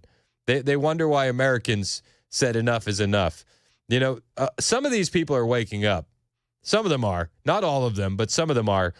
Former NBC anchor Brian Williams was on one of the late night shows yesterday, and he's going on record saying the Democrat Party is dead. I think it's insulting when members of the working class, which the Democratic Party has lost entirely in our lifetimes, to insist the economy is doing great. A 12-pack of Bounty is $40. Rich folks don't feel that. Poor folks already switched to Sparkle during the COVID, during the lockdown. You know, the crowd kind of gives them a laugh, but he's absolutely right. He's absolutely right. You already lost us. You already lost the working class. You used to be the party of the working class. You lost them. And Karine Jean-Pierre getting up there yesterday saying, we got prices down for Thanksgiving, and guess what? Kroger's offering a deal. It's like, are you kidding me? Are you kidding me? Brian Williams is absolutely right here. And I think telling them that the NASDAQ is gangbusters is further insulting. It's insulting. I think the biggest unforced error of the Biden administration by far was the border. To tell people it's not a problem is insulting. For the working class to see incoming migrants getting welcome bags, debit cards, and motel rooms is probably insulting as well. Yeah, I was insulted by that. I know you were also. When Biden's thinking about his legacy, let's not forget the legacy is going to be open borders as well. The legacy is going to be citizens of other countries being placed before citizens of yours. Brian Williams nails it here. And maybe because he's not getting paid by a propagandist network any longer, he's allowed to openly talk about this stuff. I wish he would have talked about this back in the day and given us some real analysis that he's clearly capable of as he displays here. So there's a lot of work to do. You know, it was when they handed out camo hats that said Harris Walls, and the Democrats they were kind of charmed by that. Their party has gone quinoa, and the rest of America's eating at Cracker Barrel. I mean, I think it's one thing to assume that the rest of America is even eating out in this economy. I mean, that has gone away for so many families. So many. I mean, we do it too. It's like, nah, let's cook at home. It's cheaper. Let's save some money. The rest of Americans are eating at Cracker Barrel. Not all of them. Not all of them. Some people would love the opportunity to be able to go to Cracker Barrel in this economy. To be perfectly honest. And so it was kind of an ironic use of something millions of Americans put on their heads to start their day every day. Yeah, they need to reach out to America again and be less about what's called suicidal empathy, worrying so much about minority groups in society and in your party that you win the argument but you don't win the election. But you don't win the election. You know, that's even here. He's still a little bit off base. I don't think the left has won the argument. I don't think so. And you could say no. They just lost that. They lost the election. They're winning the arguments. Well, you can point towards other networks like MSNBC and say, I don't think they're winning the arguments either. Tough days at MSNBC. Tough days. I wouldn't want to be working there, and not just because of how ridiculous and much of a propaganda network that they are, but just, I mean, think about working in a place where you're worried about getting fired. That's tough. That's tough. I know a lot of people have been in that situation before. I don't envy it. But Rachel Maddow, she had to cut her salary. And now I'm not feeling bad for her. Let's just be perfectly clear. But they're in dire straits over there. And Rachel Maddow had to slash her pay from $30 million annually to $25 million annually. Now, listen, she's still making buku bucks. But that's a pretty drastic cut. Now she's also only doing one show a week and getting paid almost $500,000 for that show, which is nice. But they had to cut her salary by $5 million. And you see the backlash against Joe Scarborough and Mika Brzezinski after they had to go meet with Donald Trump and kiss the ring over ratings. And now their careers are in flux, and they could be spun off at any moment. They could be spun off. But it's a direct result of not understanding where the American people are at. And it's a direct result of Joe Biden's legacy. The legacy that Joe Biden is going to leave behind is devastation everywhere you look. Everywhere you look. And that includes MSNBC. I mean, hell, even The View, they're looking for pro-Trump voices now. The litmus test of the election went in our favor. We're winning the culture war. You got leftists waking up, but we still got a lot more fighting to do. Adam in Columbia, Lance in Smyrna. We'll get to your calls after the break. It's 10:51 on Super Talk 99.7 WTN. My name is Chris Hand, and I'm here to tell you about my friends at the Glock Store. It is that time of the year where we're supposed to be thankful, and I'm thankful for these guys at the Glock Store all year long. It is commercial radio. We run a business. We have to make money, and we have great sponsors that allow us to have our opinions and say them out loud and let you have your opinions and say them out loud. I love the Glock Store. I love all of our sponsors, and it's that time of year where we got to give them their flowers for standing by us. You know, Lenny McGill moved the Glock Store from the People's Republic of California in 2020 to the free state of Tennessee, and they've been doing fantastic ever since. Best decision they ever made. And they employ 100 Nashvillians here in town at their showroom, at the Glock Store, and at their Shoot 270 indoor training rooms. They do a lot of great work here in the city. Mostly their business is done online, glockstore.com. And right now, they're running a Tactical Santa sweepstakes. If you buy a Glock Store Tactical Santa patch or sticker, you can get entered to win a free factory Glock. Your complete rules and free entry instructions are at glockstore.com/TSS. That's glockstore.com/TSS. You buy that Glock Store Tactical Santa patch, you could win a free factory Glock. Only from the Glock Store, minutes from the airport, worth the drive from anywhere.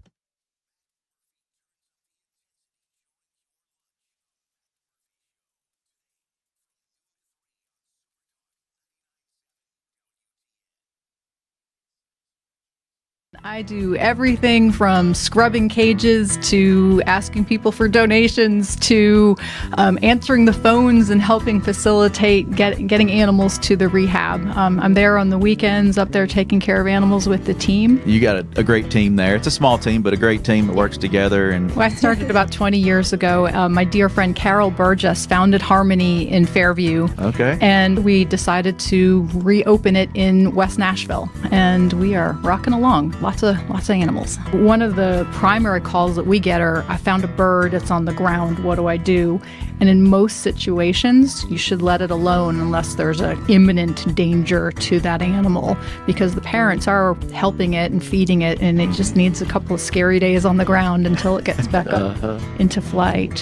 What about bunnies, Melody? Can we give advice about bunnies? The bunnies, they're just the sweetest, most innocent creatures, and we just see the worst things happen to them. Cats, dogs, lawnmowers, weed whackers. In most cases, if the animals aren't injured, if you can put the rabbits back, that's always better to be with the mother rabbit than to come to us. All the storms that have been coming through and just destroying nests, and a lot of babies will be found on the ground. Re-nesting is possible and preferable. You play the video calls and you put the baby near where they found it, and the mama will actually come down and pick it up and then bring it back. Oh, into the nice. nest. Isn't that cool? Nice.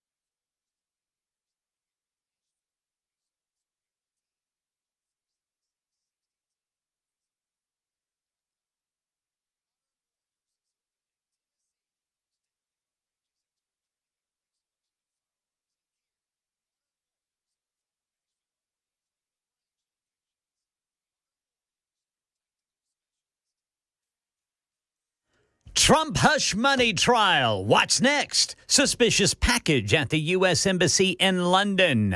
These stories and more coming up at 11 on Super Talk 99.7 WTN. That's Ken Weaver in the newsroom. It's 10:58 on Super Talk 99.7 WTN. My name is Chris Hand. Don't forget, Monday, we have our Nashville Rescue Mission More Than a Meal Challenge Radiothon, and it's going to be fantastic. It's one of the best things that we do, honestly. Being able to help people in this community. We want to get 52,000 meals in 14 hours. We can do it. Absolutely. With the strength of this audience, these guys step up every year, and our audience is always there. Always. So you can jump in and donate now if you want to at 997wtn.com, but make sure to give it a listen on Monday. We're really looking forward to it.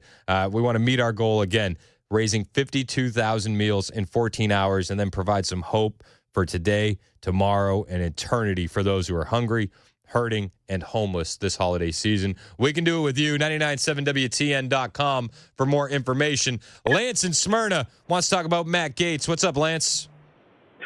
Hey, how you doing? Hey, I've been in law enforcement for 26 years, and sex crimes is one of those crimes where if you get accused of it publicly, you're guilty forever, whether the facts support that or not. Yep. It's unfortunate. You can kill somebody in the heat of passion and go to prison, come out, oh, you've paid your debt to society. But sex crimes, you're always guilty. Yep. And second thing, piggybacking off the financial stuff, it's insulting for people who don't spend their own money to tell me that I'm saving money. Right. And everything's okay. Yeah. Well, it's this is what the left does all the time. Like we'll raise prices 200%, but they came down 10%. You're actually saving money, Lance. The savings are palpable. Well, yeah, exactly. Yeah, I appreciate your call. Matt Gaetz does have some comments to what he's been up against. You're going to want to hear what he has to say. It actually echoes a lot what Lance says. You get accused, and you're guilty forever. Matt Gaetz speaking out on his decision to withdraw from his nomination for Attorney General when we get back. It's Super Talk 99.7 WTN.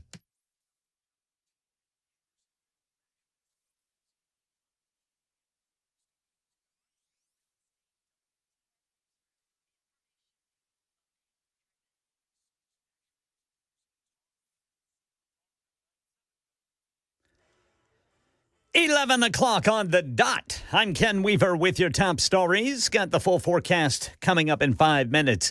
New York Judge Juan Merchan issuing a scheduling order today that delays President-elect Donald Trump's November 26th sentencing date indefinitely for his hush money conviction. Here's Aaron Katursky. This formalizes it. Notably, the judge did not set a new date for sentencing. Instead, he's going to allow Trump to file a motion to try to dismiss the case outright. Prosecutors are going to fight that. He told them the motion's got to be in by December 2nd. Prosecutors must respond by December 9th. A suspicious package was discovered outside the United States Embassy in London this morning. Police closed the road outside in an abundance of caution, according to their statement, before they destroyed it in a controlled explosion. The U.S. Embassy back to normal business operations. They didn't say what was in the package. This building, by the way, is 12-story government office, complete with a moat surrounding it. More back and forth between Russia and Ukraine this week. For the first time, Russia used a hypersonic ballistic missile capable of carrying a nuclear warhead, though it was not loaded with one this time. Here's senior foreign correspondent Ian Pannell in Kyiv. ABC News also learning one of the attacks on Russia this week wounding a senior North Korean general in Kursk as Russia launches more attacks again this morning. Russia appreciates North Korea so much for troops to Moscow that it's reportedly shipped more than 1 million barrels of oil, 70 animals, including 2 brown bears and a lion, and most troubling, air defense missile systems. A top South Korean official claims it has evidence Russia provided missiles and other equipment to help reinforce the North's air defense network for Pyongyang. But the Associated Press says experts believe it's unlikely Russia would do this in the initial stages of North Korea's troop deployment. AAA projecting a record number of travelers on the roads and in the skies over the holiday weekend, many getting a jump start this weekend. Here we are once again poised to break some records this holiday travel season. TSA says the Sunday after Thanksgiving could be the busiest day in the agency's history. More than 3 million people flying. But really, beginning the start of next week, it's going to be busy day after day after day. Just the Tuesday before Thanksgiving, the FAA is anticipating more than 50,000 flights just that day. That's ABC's Trevor Ault. And another food recall to tell you about this time. 167,000 pounds of ground beef being recalled over possible E. coli contamination. 15 people have become sick so far. This is the same strain of E. coli that showed up in slivered onions at McDonald's. The beef from the Wolverine Company was shipped to restaurants around the country. That's the latest news. Weather is next. I'm Ken Weaver, WTN News.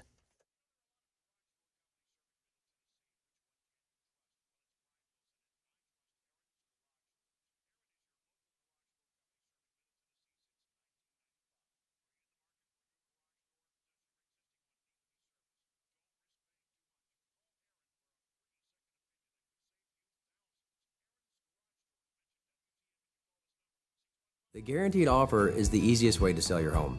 It's really simple. We bring you an all-cash offer. You close in as little as 21 days. No home inspections, no lockboxes, no open houses. Go to markspain.com to get a guaranteed offer and start packing.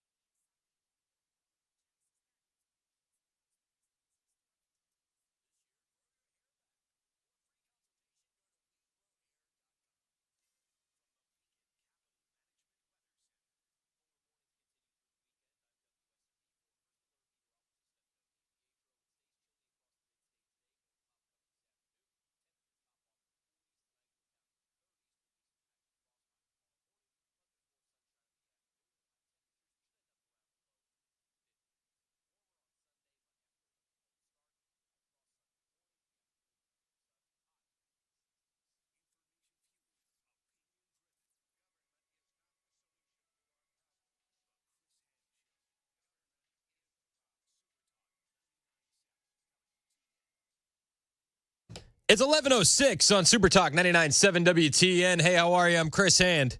I'm going to get to this Matt Gaetz comments on him withdrawing in a moment. First, there's a couple people that have been waiting on hold. Want to let their opinions known here on Super Talk. Let's go to Adam in Columbia who wants to talk about MSNBC. What's up, Adam? Hey, Chris. How are we doing today, sir? Good, man. How are you? I am wonderful. Watching Gutfeld last night, and, they were talking about MSNBC, and I kind of had the thought while this was going on is, it's funny that shows like Gutfeld, your show on Super Talk 99.7, all share the same rights that are protected under the First Amendment. However, because the United States is a free market capitalist country, nobody's controlling the product that they put out, and it's obvious that the product that they're putting out, the public does not want, which is the reason why they're not surviving, and this is another reason why they want to push the socialist Marxist agendas so much more, because they have no control over the media in a capitalist society. As far as MSNBC is concerned, I would absolutely love to see Elon Musk buy it and make it XTV and have Tucker Carlson run the thing. Right? Wouldn't that be awesome? I mean, listen, Yes. as far as MSNBC, I know Jack Posobiec had talked about trying to line up private investors to buy the network. I'd love to see the Daily Wire take over the network. It is cool, though, since 2020, we've found ourselves in this position now because we've made our own ecosystem in media. And it's become so popular that it's thriving that we're even in a position now where we could be like, we could buy MSNBC. You know, and I say we as in the right. But it's cool to watch it happen in real time. Very cool. Mike in Nashville wants to talk about Biden and Putin. What's up, Mike? Yeah, I got a couple of questions maybe you can answer after I hang up with you. Okay, a lot of people, over the last year or so, a lot of people thought that Donald Trump was being cocky and arrogant when he said that if he was in the White House, Russia wouldn't have never went into Ukraine. He's not being cocky and arrogant. He's telling the truth. Yep. And I'm gonna give you an example. They sent Kamala Harris. Donald Trump told this at his rally. They sent Kamala Harris over there to try to negotiate something with Russia and Ukraine, try to stop a potential war from going on. And then, just like Trump said, 3 days later, Vladimir Putin went in to show you how much they how much they care about what Biden and Harris have to say, the Democrats. They have no respect for these people. And Biden, in the last 2 months, I'm scared as hell about what could happen in the next couple of weeks or months with Biden at the helm, because we have an empty suit in the White. We don't have a president, and we haven't had a president for a long time, as people clearly know. Now, Vladimir Putin knows that. If nobody else knows it, I promise you Vladimir Putin knows that we don't have nobody as president of the U.S., and that's a dangerous situation. I can guarantee you, if Donald Trump was in the White House right now, he would be in Russia right now. He would be on the plane to Russia, and he would be sitting down at the table with Vladimir trying to negotiate some kind of deal to end this war with Ukraine and Russia so it doesn't potentially turn into World War III. Yep. Now, I'm going to ask you this question, and you can answer if I hang up with you. Where is Joe Biden at? Where is Kamala Harris? How come they're not trying to sit down at the table with Russia and Ukraine to try to end this war and stop a potential World War III? Honestly, and I'd like for you to answer that question when I hang up with you. And thanks for taking my call. Hey, I appreciate you, Mike, and thank you for holding, man. I think you nailed it. I think you nailed it on all these counts. Yeah, it does feel like he's trying to start World War III before he leaves office. It does feel like that. Where is Biden? Well, Biden's been gallivanting around the rainforest. He went to the G20 in Rio de Janeiro. He missed the group photo with all the other world leaders because, like you said, he's an empty suit. Nobody takes him seriously, and he's not answering any questions for the press in the meantime. No questions for the press. Like, none. To the point where they are literally screaming at Biden to answer questions as he gets on his plane. And Biden doesn't answer anything. This woman, there's this video that was going around online. This woman is on the tarmac and is quite literally screaming, Mr. President, Mr. President. And this is just a couple days ago after they authorized the missiles that could be thrown into Russia, the United States missiles, after he misses the group photo at G20. After he does his legacy stuff, talking about climate change and saving rubber trees, the press just wants a question. But he's an empty suit. He can't answer these questions. So all we're left with is this piece of audio from C-SPAN of a reporter screaming at the top of her lungs to get a question from the president.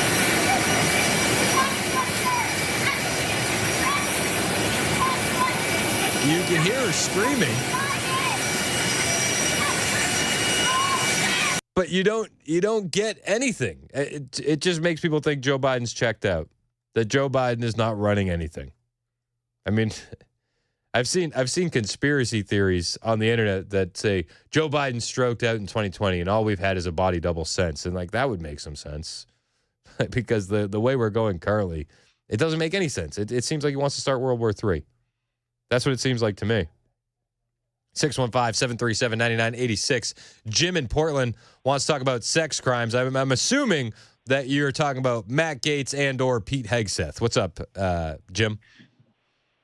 Well, I was calling in reference to the caller earlier who said that if you're ever accused of a sex crime, you're guilty forever. For the most part, I agree with that, but there's always an exception to the rule, and the exception in this case would be Bill Clinton. Bill Clinton, for all that he's done, is now a respected, revered, honored senior statesman in the Democratic Party. You're right. I think that maybe he should have said, if you're a conservative and you're accused of a sex crime, then you're automatically guilty, because you nailed it. And Bill Clinton, I mean, not only do you have the Monica Lewinsky stuff and all the stuff that's proven, but you also have all of the Epstein allegations and all of the documents that have come out of those cases, and they still put him on stage at the DNC.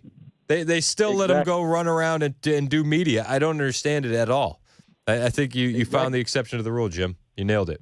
Exactly. And also, I agree with what you said about the sort of ecosystem for conservative radio. Can you remember back when some president was talking about hate radio and wanting to shut them down? Oh, yeah. What president was that? Yeah, exactly. William Jefferson Clinton. Yep, 100%. He couldn't deal with Rush. he couldn't hang. He couldn't. Have a great day. Hey, man, you too, Jim. I appreciate it. You know, Jim's right, though. The sexual assault allegations really only matter if you're a conservative.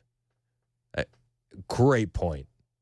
Great point. You can be on the Lolita Express gallivanting to Epstein Island and still be on stage at the DNC. Many such cases. Matt Gaetz, on the other hand, an allegation that even the Biden DOJ realized there wasn't enough evidence to pursue. That allegation takes him out of the running for Attorney General.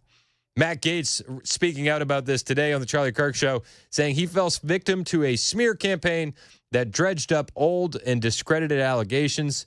This is in his first interview since withdrawing his consideration as Donald Trump's Attorney General. He sensationally dropped out Thursday, Daily Mail reports, amid a drip of allegations from a House Ethics Committee probe into allegations he had sex with an underage girl. He said this on the Charlie Kirk Show: if the things in the House Ethics report were true, I would be under indictment and probably in a prison cell. I agree with that, especially with the Biden DOJ. You don't think that they wouldn't have wanted to put Matt Gaetz in a prison cell? Of course they would want to put Matt Gaetz in a prison cell. Of course they would. They would do it to any conservative that they could put in a prison cell, unless they're able to control them with that information. He said, but of course they're false, these allegations, because when you test them against the other records, when you test them against other testimony, it all falls apart very quickly. Matt Gaetz went on to say he was the victim of a politically motivated campaign because of his key role in forcing out Kevin McCarthy as House Speaker, and he insisted that he could have answered all the allegations during his confirmation hearing, but the process would have dragged on, undermining Trump's plans to begin his overhaul of government on day one. The interview is going to be released today. He also said that his replacement, Florida Attorney General Pam Bondi, would be phenomenal in the role. He says he has no plans to return to Congress. Instead, he would now work to recruit the talent that would help underpin the Trump administration. Gaetz was a controversial choice from the outset. His resume lacked legal experience. This is from the Daily Mail. And he had been investigated by the department he was being tapped to run. He always denied the allegation. And the quote is, there's a play that is run in Washington when they try to smear somebody. And, they go and dredge up false, years-old allegations of the most salacious and clickbaity flavor possible. And in this case, they were, he said. Those allegations were coming from sources that Merrick Garland's DOJ already deemed not credible. However, he found himself up against a politically motivated body, he continued, because he triggered that process that ousted McCarthy last year. He said all of them were handpicked by Kevin McCarthy, and they had an axe to grind. So that was going to serve at least enough of a basis to delay my confirmation as Attorney General. Again, this is Matt Gaetz saying this today in an interview with Charlie Kirk. He went on to say, and I could have answered all those questions. I could have engaged in a month-long battle. But we don't have months to go through that. We've got to have an AG ready to go day one to implement the immigration agenda and work on the other key policy deregulatory objectives of the president. He said he was encouraged by the meetings on the Hill on Wednesday and when he met with the key senators who would help guide his confirmation. But in the end, he announced he was dropping out late Thursday morning. Trump moved swiftly and has named Pam Bondi as his new attorney general. He said Bondi is going to be ready to go on day one. My good friend Pam Bondi is going to be a phenomenal attorney general for Donald Trump. She has the legal acumen. She hates criminals. She's a bright legal mind and a fellow Floridian. So I think that even though the path will take me to a different station in life and a different place to fight for our agenda and President Trump, we've got a great person in place. So Gaetz giving his seal of approval on Pam Bondi. I'm still going to take a wait and see approach with Pam Bondi. I've been excited too many times and burned about attorney generals. We were excited about Sessions, and then nothing really happened. We were excited about Bill Barr, and then nothing really happened. We were excited about Matt Gaetz, and then he couldn't even make it to the confirmation hearings. So I'm taking a wait and see approach on Pam Bondi. I wish her nothing but the best. I hope that it works out. I really do. I really do. Gaetz added that he was ready to serve Trump however he wanted. I'm still going to be in the fight, but it's going to be from a new perch. This is a piece of news, though. I do not intend to join the 119th Congress. There are a number of fantastic Floridians who've stepped up to run for my seat, people who have inspired with their heroism, with their public service. So that if you can take any of the news away from this, Gaetz is saying the allegations are false. He didn't want to have the process drag on for months. Okay. I still wish that he would have got in there and fight personally. But he said, he really likes the Pam Bondi pick, and he will not be joining the 119th Congress. So there goes my theory. I mean, I think at 9:30 a.m. I was saying, I think the most likely scenario is that he takes that House seat. Well, Matt Gaetz pooping in the punch bowl on that prediction. He said he does not intend to join the 119th Congress. Ken in Gallatin, your thoughts on Matt Gaetz? Yes, sir. You said something a few minutes ago. Now, this is probably outside the box thinking, but would it be beyond the realm of believable that Trump might have put him in there just to see who is going to be loyal to him, knowing that he was a risky pick? I've heard that, and I've heard the 4D chess argument. I just look at the four senators that were hard-nosed. It was John Curtis out of Utah, Susan Collins out of Maine, Murkowski out of Alaska, and Mitch McConnell. I don't think we needed 4D chess to figure out 3 out of 4 of those. Yeah, but being that this is his second time around, trying to weed out to see who he can depend on and who he cannot, who's going to buck him during this next administration so he can get ahead of this game. Because that's what got him last time, is he thought he could count on more of them. And then it ended up being that more were dropping out on him that was not loyal to him. So, I mean, this possibility could be a test to see who would stand up with him. I mean, without having somebody in the Trump administration tell me that that's not the case, it's definitely a possibility. I'm not buying into the 4D chess. We nominated Gaetz to find out who was loyal and who wasn't. I think he nominated Gaetz because he thought Gaetz would be a fantastic attorney general. I thought Gaetz would be a fantastic attorney general. I think that's the plain and skinny of it. Could it be a byproduct that we found out a few names that are going to backstab along the way? Yeah, sure. But I don't know if that was the intention of Gaetz all along. Okay. Well, like I said, you said something like that about the ones that, won against McCarthy, and I thought, what would that happen if he did do this, just to see if he could trust these people again? It wouldn't surprise me. I don't know if that is the likeliest of scenarios. I appreciate the call, Ken. As always, 615-737-9986 if you want to join the show. It's 11:21 on Super Talk 99.7 WTN.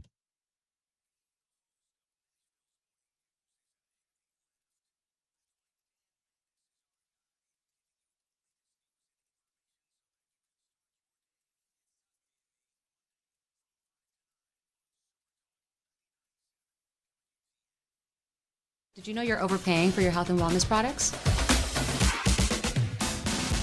With over 20 company-owned brands offering its members vitamins, supplements, wellness, and skincare products, you're able to save up to 70% off retail. Members Nutrition can't change your life, but we can change the way you live.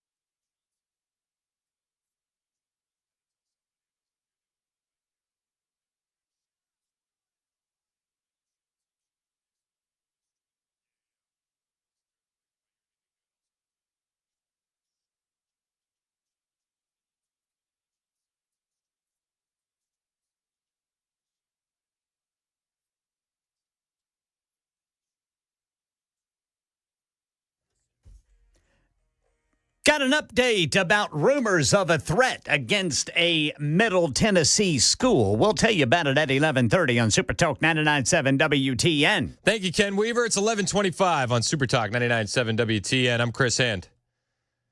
Yeah, I'm like a bit bummed Matt Gaetz is going to be Attorney General. The melting down would have been fun. And now he's not even going to be in Congress for the next session. I know. What?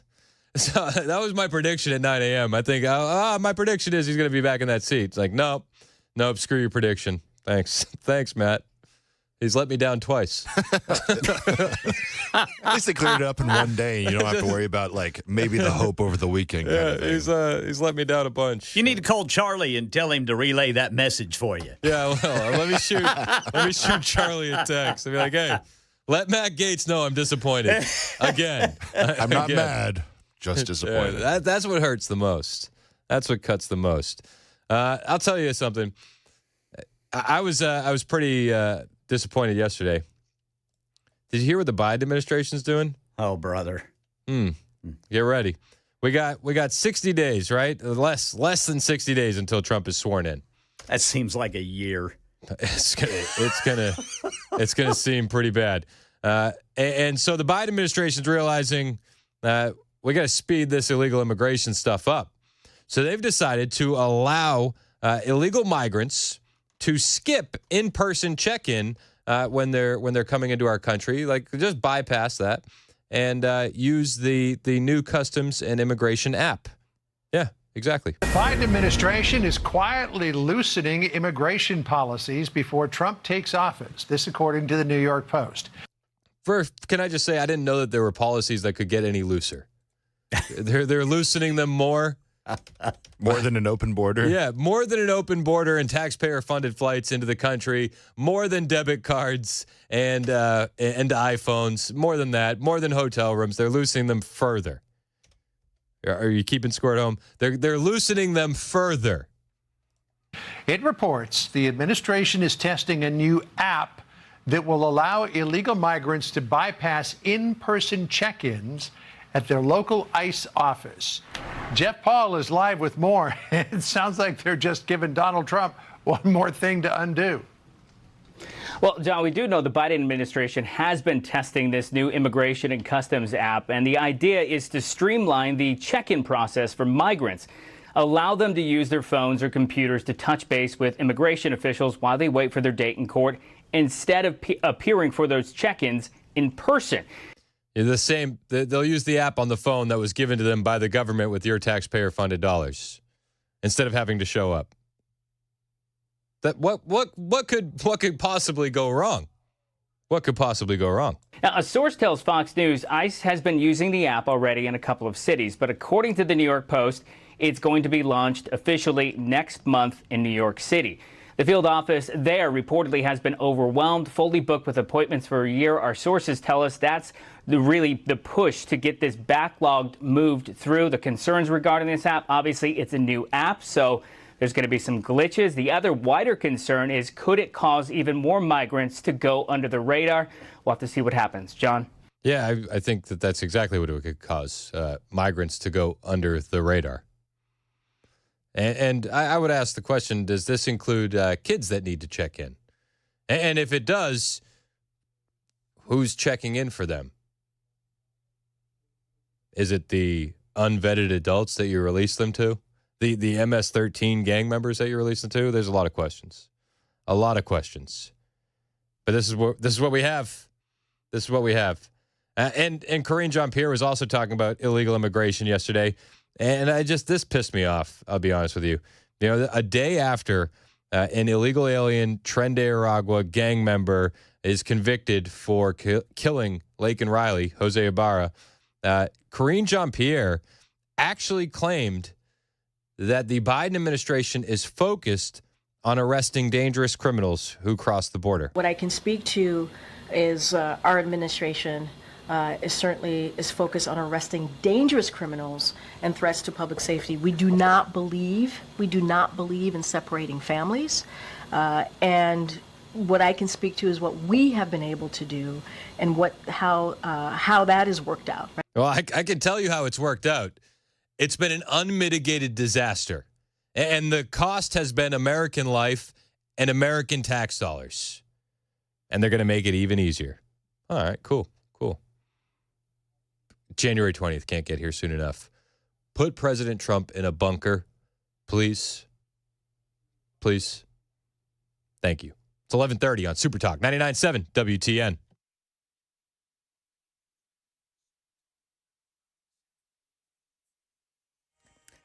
$11:30 on the dot. I'm Ken Weaver with your top stories this Friday morning. Got the full forecast in 5 minutes. And right now in Middle Tennessee, the Williamson County Sheriff's Office says rumors of a threat to Sunset Middle School in Brentwood is a hoax. Deputies say there is no credible threat, and if you have any questions, you're asked to contact the Williamson County Sheriff's Office. And in Sumner County, fire crews on the scene of that train derailment in Gallatin. The cars are for hauling coal, but they are empty. CSX will be using a local company to help with recovery and repairs. They're going to have to get a crane out there to lift those cars. Matt Gaetz making headlines again, one day after withdrawing his name for consideration as President-elect Trump's U.S. Attorney General.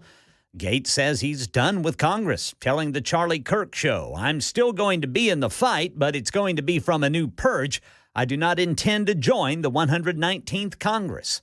And the hush money trial against President-elect Trump is delayed indefinitely. Here's Aaron Katersky. It's on hold, effectively. And what the judge did in a very brief one-page order simply said he would agree to put off the sentencing that was scheduled for November 26th. This formalizes it. Notably, the judge did not set a new date. Alabama has carried out the nation's third nitrogen gas execution. Here's Chuck Severson. Carrie Grayson, convicted in the 1994 killing of a hitchhiker, cursed at the prison warden and made obscene gestures with his hands before he was put to death Thursday evening in Atmore, Alabama, under a mask replacing oxygen with nitrogen gas. He was 50. The state prison's chief says it took about 10 minutes for an electrocardiogram to show Grayson's heart stopped. The victim's daughters spoke out against the execution, calling it murdering inmates under the guise of justice. That is the latest news. Weather's next. I'm Ken Weaver, WTN News.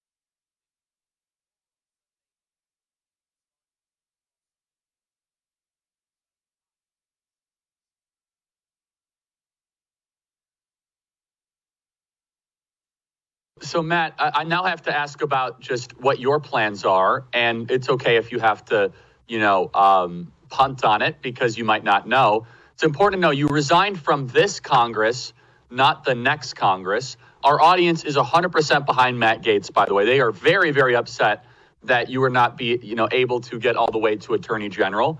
I have to ask, what is next for Matt Gaetz?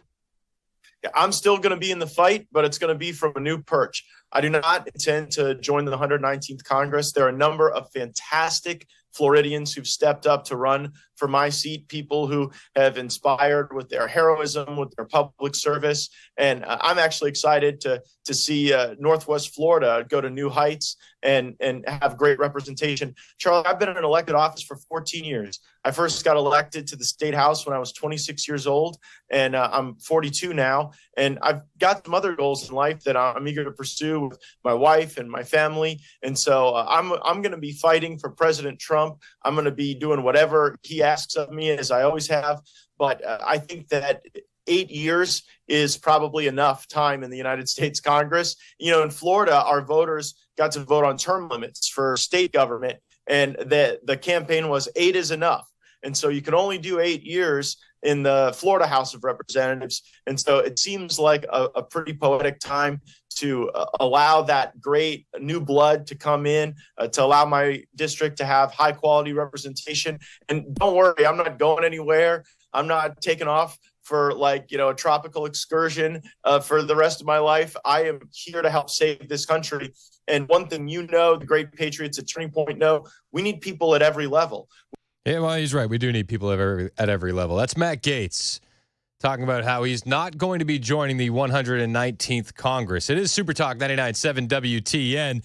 It's interesting to hear from Matt Gaetz there. And with him not joining the 119th Congress, I do wonder what's next. And it makes me question the 4D chess theories that Matt Gaetz was only selected to root out the Republicans that don't support Trump even more, because if he's not willing to go into the next session of Congress, then I have to ask the question, were there more to the allegations? What else was going to come out? Is there more dirt we don't know about? Those are legitimate questions to ask. Legitimate questions. He said he's not going to be joining the 119th Congress. I thought that was going to be the route. That was me. I thought that would be the route. Apparently not. And it leads to more questions. It really does. Sharon in Fayetteville, you're up next on Super Talk 99.7 WTN. What's up, Sharon? What do you think? Hi, good to talk to you again. I might be the only one Republican in the country who's saying this, but I'm not comfortable at all with Vance. With J.D. Vance? Yeah, and the reason I'm saying that is I've watched some of his rallies, I think 3 of them, and I kept getting flashbacks or thinking about Pence. Really? I don't see them the same at all. Well, something in the personality. I can't say that I trust him. Call it intuition. And what's the clincher now is I watched him at rallies. You got to go vote. Get out there and vote. Your vote counts. We need the win. Go out and vote. But the character couldn't go and vote against a liberal judge. And to me, that says it all. I talked out of both sides of his mouth. But he's also kind of knee-deep in transition team stuff. But it was a very bad show. So it was a bad show of Rubio not going, too. Yeah, all right. 2 of them are promoted in their jobs with new jobs, and neither one of them showed. So that's all I have to say. I can totally understand why that would get under your skin. I really can. The Rubio one, I think holds more weight than Vance. I mean, he's the incoming vice president, so I can only imagine that he is doing some things. But I don't know why that leads to a lack of trust. Well, it's talking both sides out of your mouth. Go out and vote. You have to, but I don't. All right, I hear you, Sharon. And you let in a liberal judge. Yeah. Okay, that's all I have to say. You have a beautiful day. You too. I appreciate you sharing that. Thank you, Sharon. Let's go to Bobby in Nashville, who wants to talk about illegal aliens and that new app that allows them to not go to in-person check-ins. What's up, Bobby? Yeah, is this? They've been. It sounds like treason to me. Can they not get this sucker out of here? Is Lincoln Riley's death not enough? And Honestly. that 12-year-old kid that got raped. Come on, for crying out loud. Yep. How much more destruction can you do to American people before? We already voted him out, and Kamala Harris is dumber than a box of rocks anyway. Old Biden has old timers. So who's running the deadgum show and who's pulling these deadgum strings? Exactly. And you're absolutely right. And they're going to be able to skip the check-in process now. I appreciate the call, Bobby. And they always tell us that they're so compassionate, and they're gonna stand in the way of Tom Homan, and they're not going to cooperate with ICE and mass deportations because they're so compassionate. Where's the compassion for the 14-year-old girl in Colorado who was raped by an illegal alien? Where's the compassion? Where's the compassion for Laken Riley? Where's the compassion for Jocelyn Nungary? There is none. It's feigned compassion for illegal aliens. And it's a joke. It's disgusting. In fact, NBC, just the other day, they were providing tips on the news to delay deportation until after Trump is out of office. People are telling us they're scared. Existing clients are concerned, and as well as prospective clients. Elsa Martinez has practiced immigration law in Los Angeles for 25 years. Martinez says she expects the second Trump administration's immigration policy to be more aggressive, but says for anyone with immigration issues, it's important to seek legal help now. Anyone who's here without status, without employment authorization, could be referred to a judge. It's really important that people understand that if you're found inside the United States, you have the right to see a judge. I always tell people, know your rights. You have the right to never lie about your name, never lie about your immigration status. Even if your case is pending, those proceedings must conclude before any sort of deportation could take place. And currently, immigration proceedings in Los Angeles can exceed 4 to 5 years. Martinez says the term mass deportation is meant to scare, but that the Constitution does not get changed overnight and that judges are sworn to follow the law regardless of who controls Congress. If you are here and you have an aggravated felony, if you've been previously deported, you should be scared. And Martinez urges people not to be afraid to ask for help. She also points out that the U.S. has had an influx of immigration from all over the world, even people here from Canada who are out of status. So it's not just those from Latin America coming through the southern border. Everybody understands it's not just those from Latin America coming through the southern border. Everybody understands that. They're actually coming from all over the world under Biden and Harris. But if you listen closely, you heard what that immigration attorney said. She said that cases often take 4 to 5 years. So maybe she's suggesting you get your case in there and then it'll be heard by the time Trump is out of office. It certainly sounds to me like local news in California is providing tips to illegal aliens to delay deportation until after Trump is out of office. That's what it sounds like to me. That's what it sounds like to me. The left will never learn. They'll never learn. They can be confronted with this stuff in their own backyard and not learn. In fact, Manhattan Assistant District Attorney was confronted with this in her own backyard. The Assistant District Attorney was assaulted and robbed by an illegal alien in New York. And the illegal alien, you guessed it, linked to Venezuelan gang Tren de Aragua. A smiling Brandon Somoza being led out of the Midtown South precinct on West 35th Street this morning. Police say at about 2 a.m. Sunday, he robbed a 38-year-old woman in the hallway of her Hell's Kitchen apartment building. He allegedly grabbed her purse, cell phone, and bank cards and also performed a lewd act. The victim is a Manhattan assistant DA. She was not injured. Maybe, and I'm glad that nothing worse happened to this woman. Like, she shouldn't be subjected to that. It's awful that she's subjected to that. It's awful that she can't walk through the hallway in her apartment building without being robbed and subjected to a lewd act. But maybe something like this will wake her up a bit. I can only assume that if you're a Manhattan assistant district attorney, you're pretty liberal in your policies to rise to that rank. Maybe being confronted with this will change your mind, although I doubt it.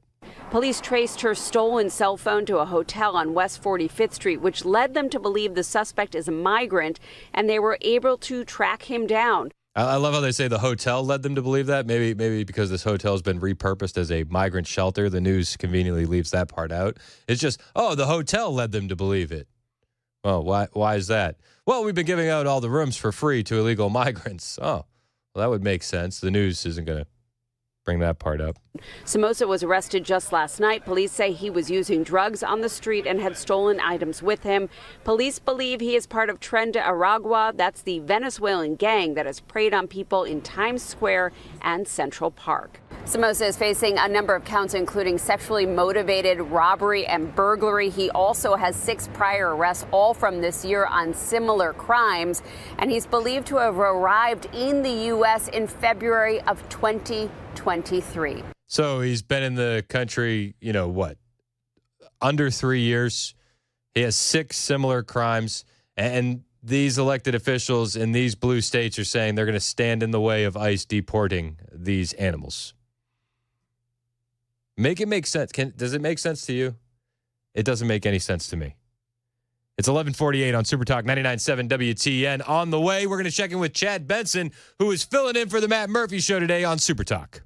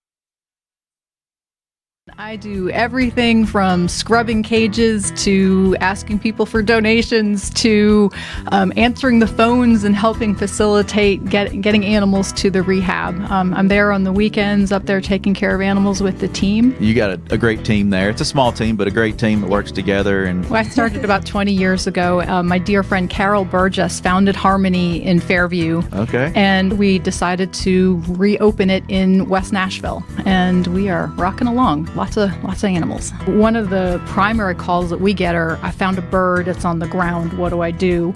And in most situations, you should let it alone unless there's an imminent danger to that animal, because the parents are helping it and feeding it, and it just needs a couple of scary days on the ground until it gets back up into flight. What about bunnies, Melody? Can we give advice about bunnies? The bunnies, they're just the sweetest, most innocent creatures, and we just see the worst things happen to them. Cats, dogs, lawnmowers, weed whackers. In most cases, if the animals aren't injured, if you can put the rabbits back, that's always better to be with the mother rabbit than to come to us. All the storms that have been coming through and just destroying nests, and a lot of babies will be found on the ground. Re-nesting is possible and preferable. You play the video calls and you put the baby near where they found it, and the mama will actually come down and pick it up and then bring it back. Oh, nice. Isn't that cool? Nice.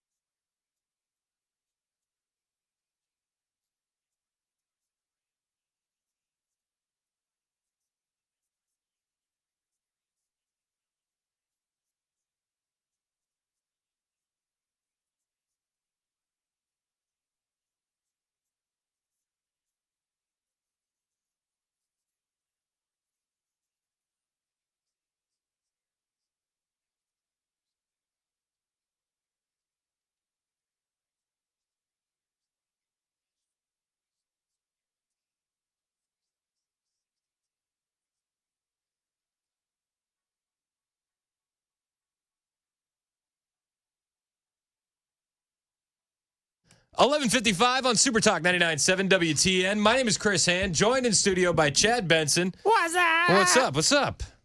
Ready to rock and roll, man. Anything to talk about? I think we have a few things, I think. How you feel about AG? You like Pam Bondi? I do. I think she's, you know what, Matt Gaetz, who knows what the end story will be when it comes out later on in a wash. He had a lot of issues. You want to avoid that. I think it was smart for him to step away. She is what I think, this is a Susie Wiles pick. Yep. Susie wanted her really big. Trump loves her, but Susie is that person, you know, the angel and devil, because Trump's got a devil on his shoulder, and on the other shoulder, there's nothing. She's got Susie, and the people I talk to in the campaign say she's the most important part of all of what's going on in Trump world, because she, for whatever reason, is the Trump whisperer, and she will know when to pull him back and when to let him do his thing. Because what she wants is, how about you do all the stuff, and yeah, you push back and you fight, but maybe don't have to fight always with everybody. I always say he could pick a fight in a dark room with his own shadow. So I think she's going to be a huge helper, but I think Pam Bondi's going to kick some butt. I hope she does. I'm taking a wait and see approach. Yeah, your whole thing is like, they promised me this and they promised me that. I feel like I've been burned by all these AGs. I was very excited about Sessions. I was very excited about Barr. What do you want out of an AG, though? I want somebody that's just ruthless, pit bull off their leash, going after all the corruption, every little bit. Because the goal is you are the top cop. You know, that's the goal. And yes, corruption, what to prosecute, who to prosecute, what groups to prosecute. It's the most important thing. I think everybody's like, well, he wants somebody who's loyal. Who doesn't? Yeah. Like, that's such a weird critique. How could he want somebody loyal? It's Bob, hey, find me somebody who hates my guts and is going to do everything to ruin me. Yeah. That makes no sense to me. That's the way. Like, you don't think that Holder wasn't loyal to Obama? Exactly. Of course. Merrick Garland. The thing you're supposed to be most loyal to, and you know this, it's the Constitution and the law. Yep. But I think the Matt Gaetz, I don't know. I was pumped. I loved the meltdown. I loved the meltdown from the left. It made me think we were over the target. I've been wanting this corruption out for so long. It just, I get it. It's hard to get excited when it was like, I thought we had our guy. But here's the thing. I look at somebody like her. She is an assassin. She is, in reality, as far as he would have been a pit bull, but would you have taken your eye off the prize, hunting only one thing, when you still have to be, and that's my issue there. And plus, he had some issues. I mean, like I said, I've done stuff with Matt. You don't want stuff following you around like that. And I think it was a smart thing to do. And he's got a part to play. What's that part going to be, though, is an interesting story. Because he could go and serve in the next session. At the same time, he could also go and not take the oath, which is a weird thing that they've talked about. Yeah, so you talked about this. I played some audio earlier where he's saying he's not going to be a part of the 119th Congress, but you're saying that he would not take the oath but still be a part of it? Yeah, apparently you can, they've got all those weird rules, it's like you can jump on one leg over here and do this, and therefore you qualify to be a congressional senator. You're like, what? So I guess you can go and not take the oath. So, but be like in the room, be a part of stuff. I don't know what his plan is, because maybe he doesn't want that thing to come out, which is not good. I would want that thing to come out to clear everything. But there's a part to play for him. He's a smart guy. Everybody talks about the senator. I heard what you say. He and DeSantis aren't pals. No, I don't think that's going to work out. And I think Laura Trump wants that. Yep. And so when Laura wants it, sorry, Matt, family. I know, and I'm going to hate to lose her at the RNC because I think she did a bang-up job. Maybe he goes to the RNC.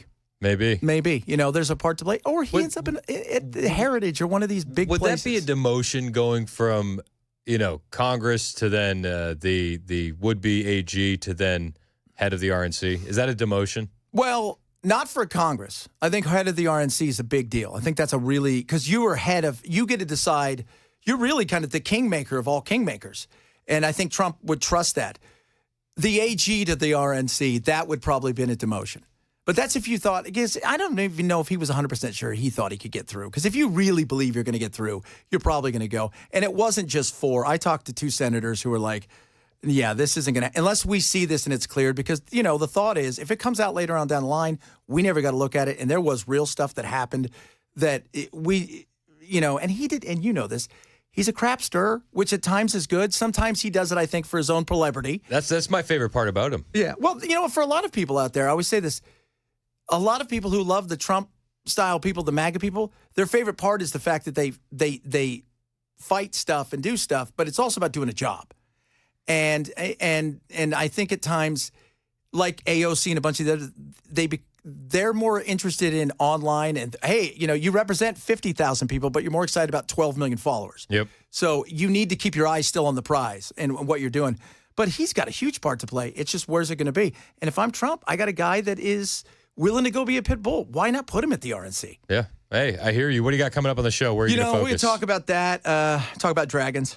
Okay. Because he believes in dragons, that Joe Rogan character. Who doesn't? I believe in dragons. Yeah. We're going to talk a little about that. You ever seen a pterodactyl? I have. All the time, every day. Looks like a dragon to me. I've collected dragons my whole life. One thing I don't like about dinosaurs is they kill you. Well, I don't understand where we got this consensus that they roared. Oh, I don't think they did the way that people think. It could have been a meow. It could have been a meow. It could have been nothing. Could have been nothing. They had little hands. The little tiny Marco hands. It's 12:02 on Super Talk 99.7 WTN.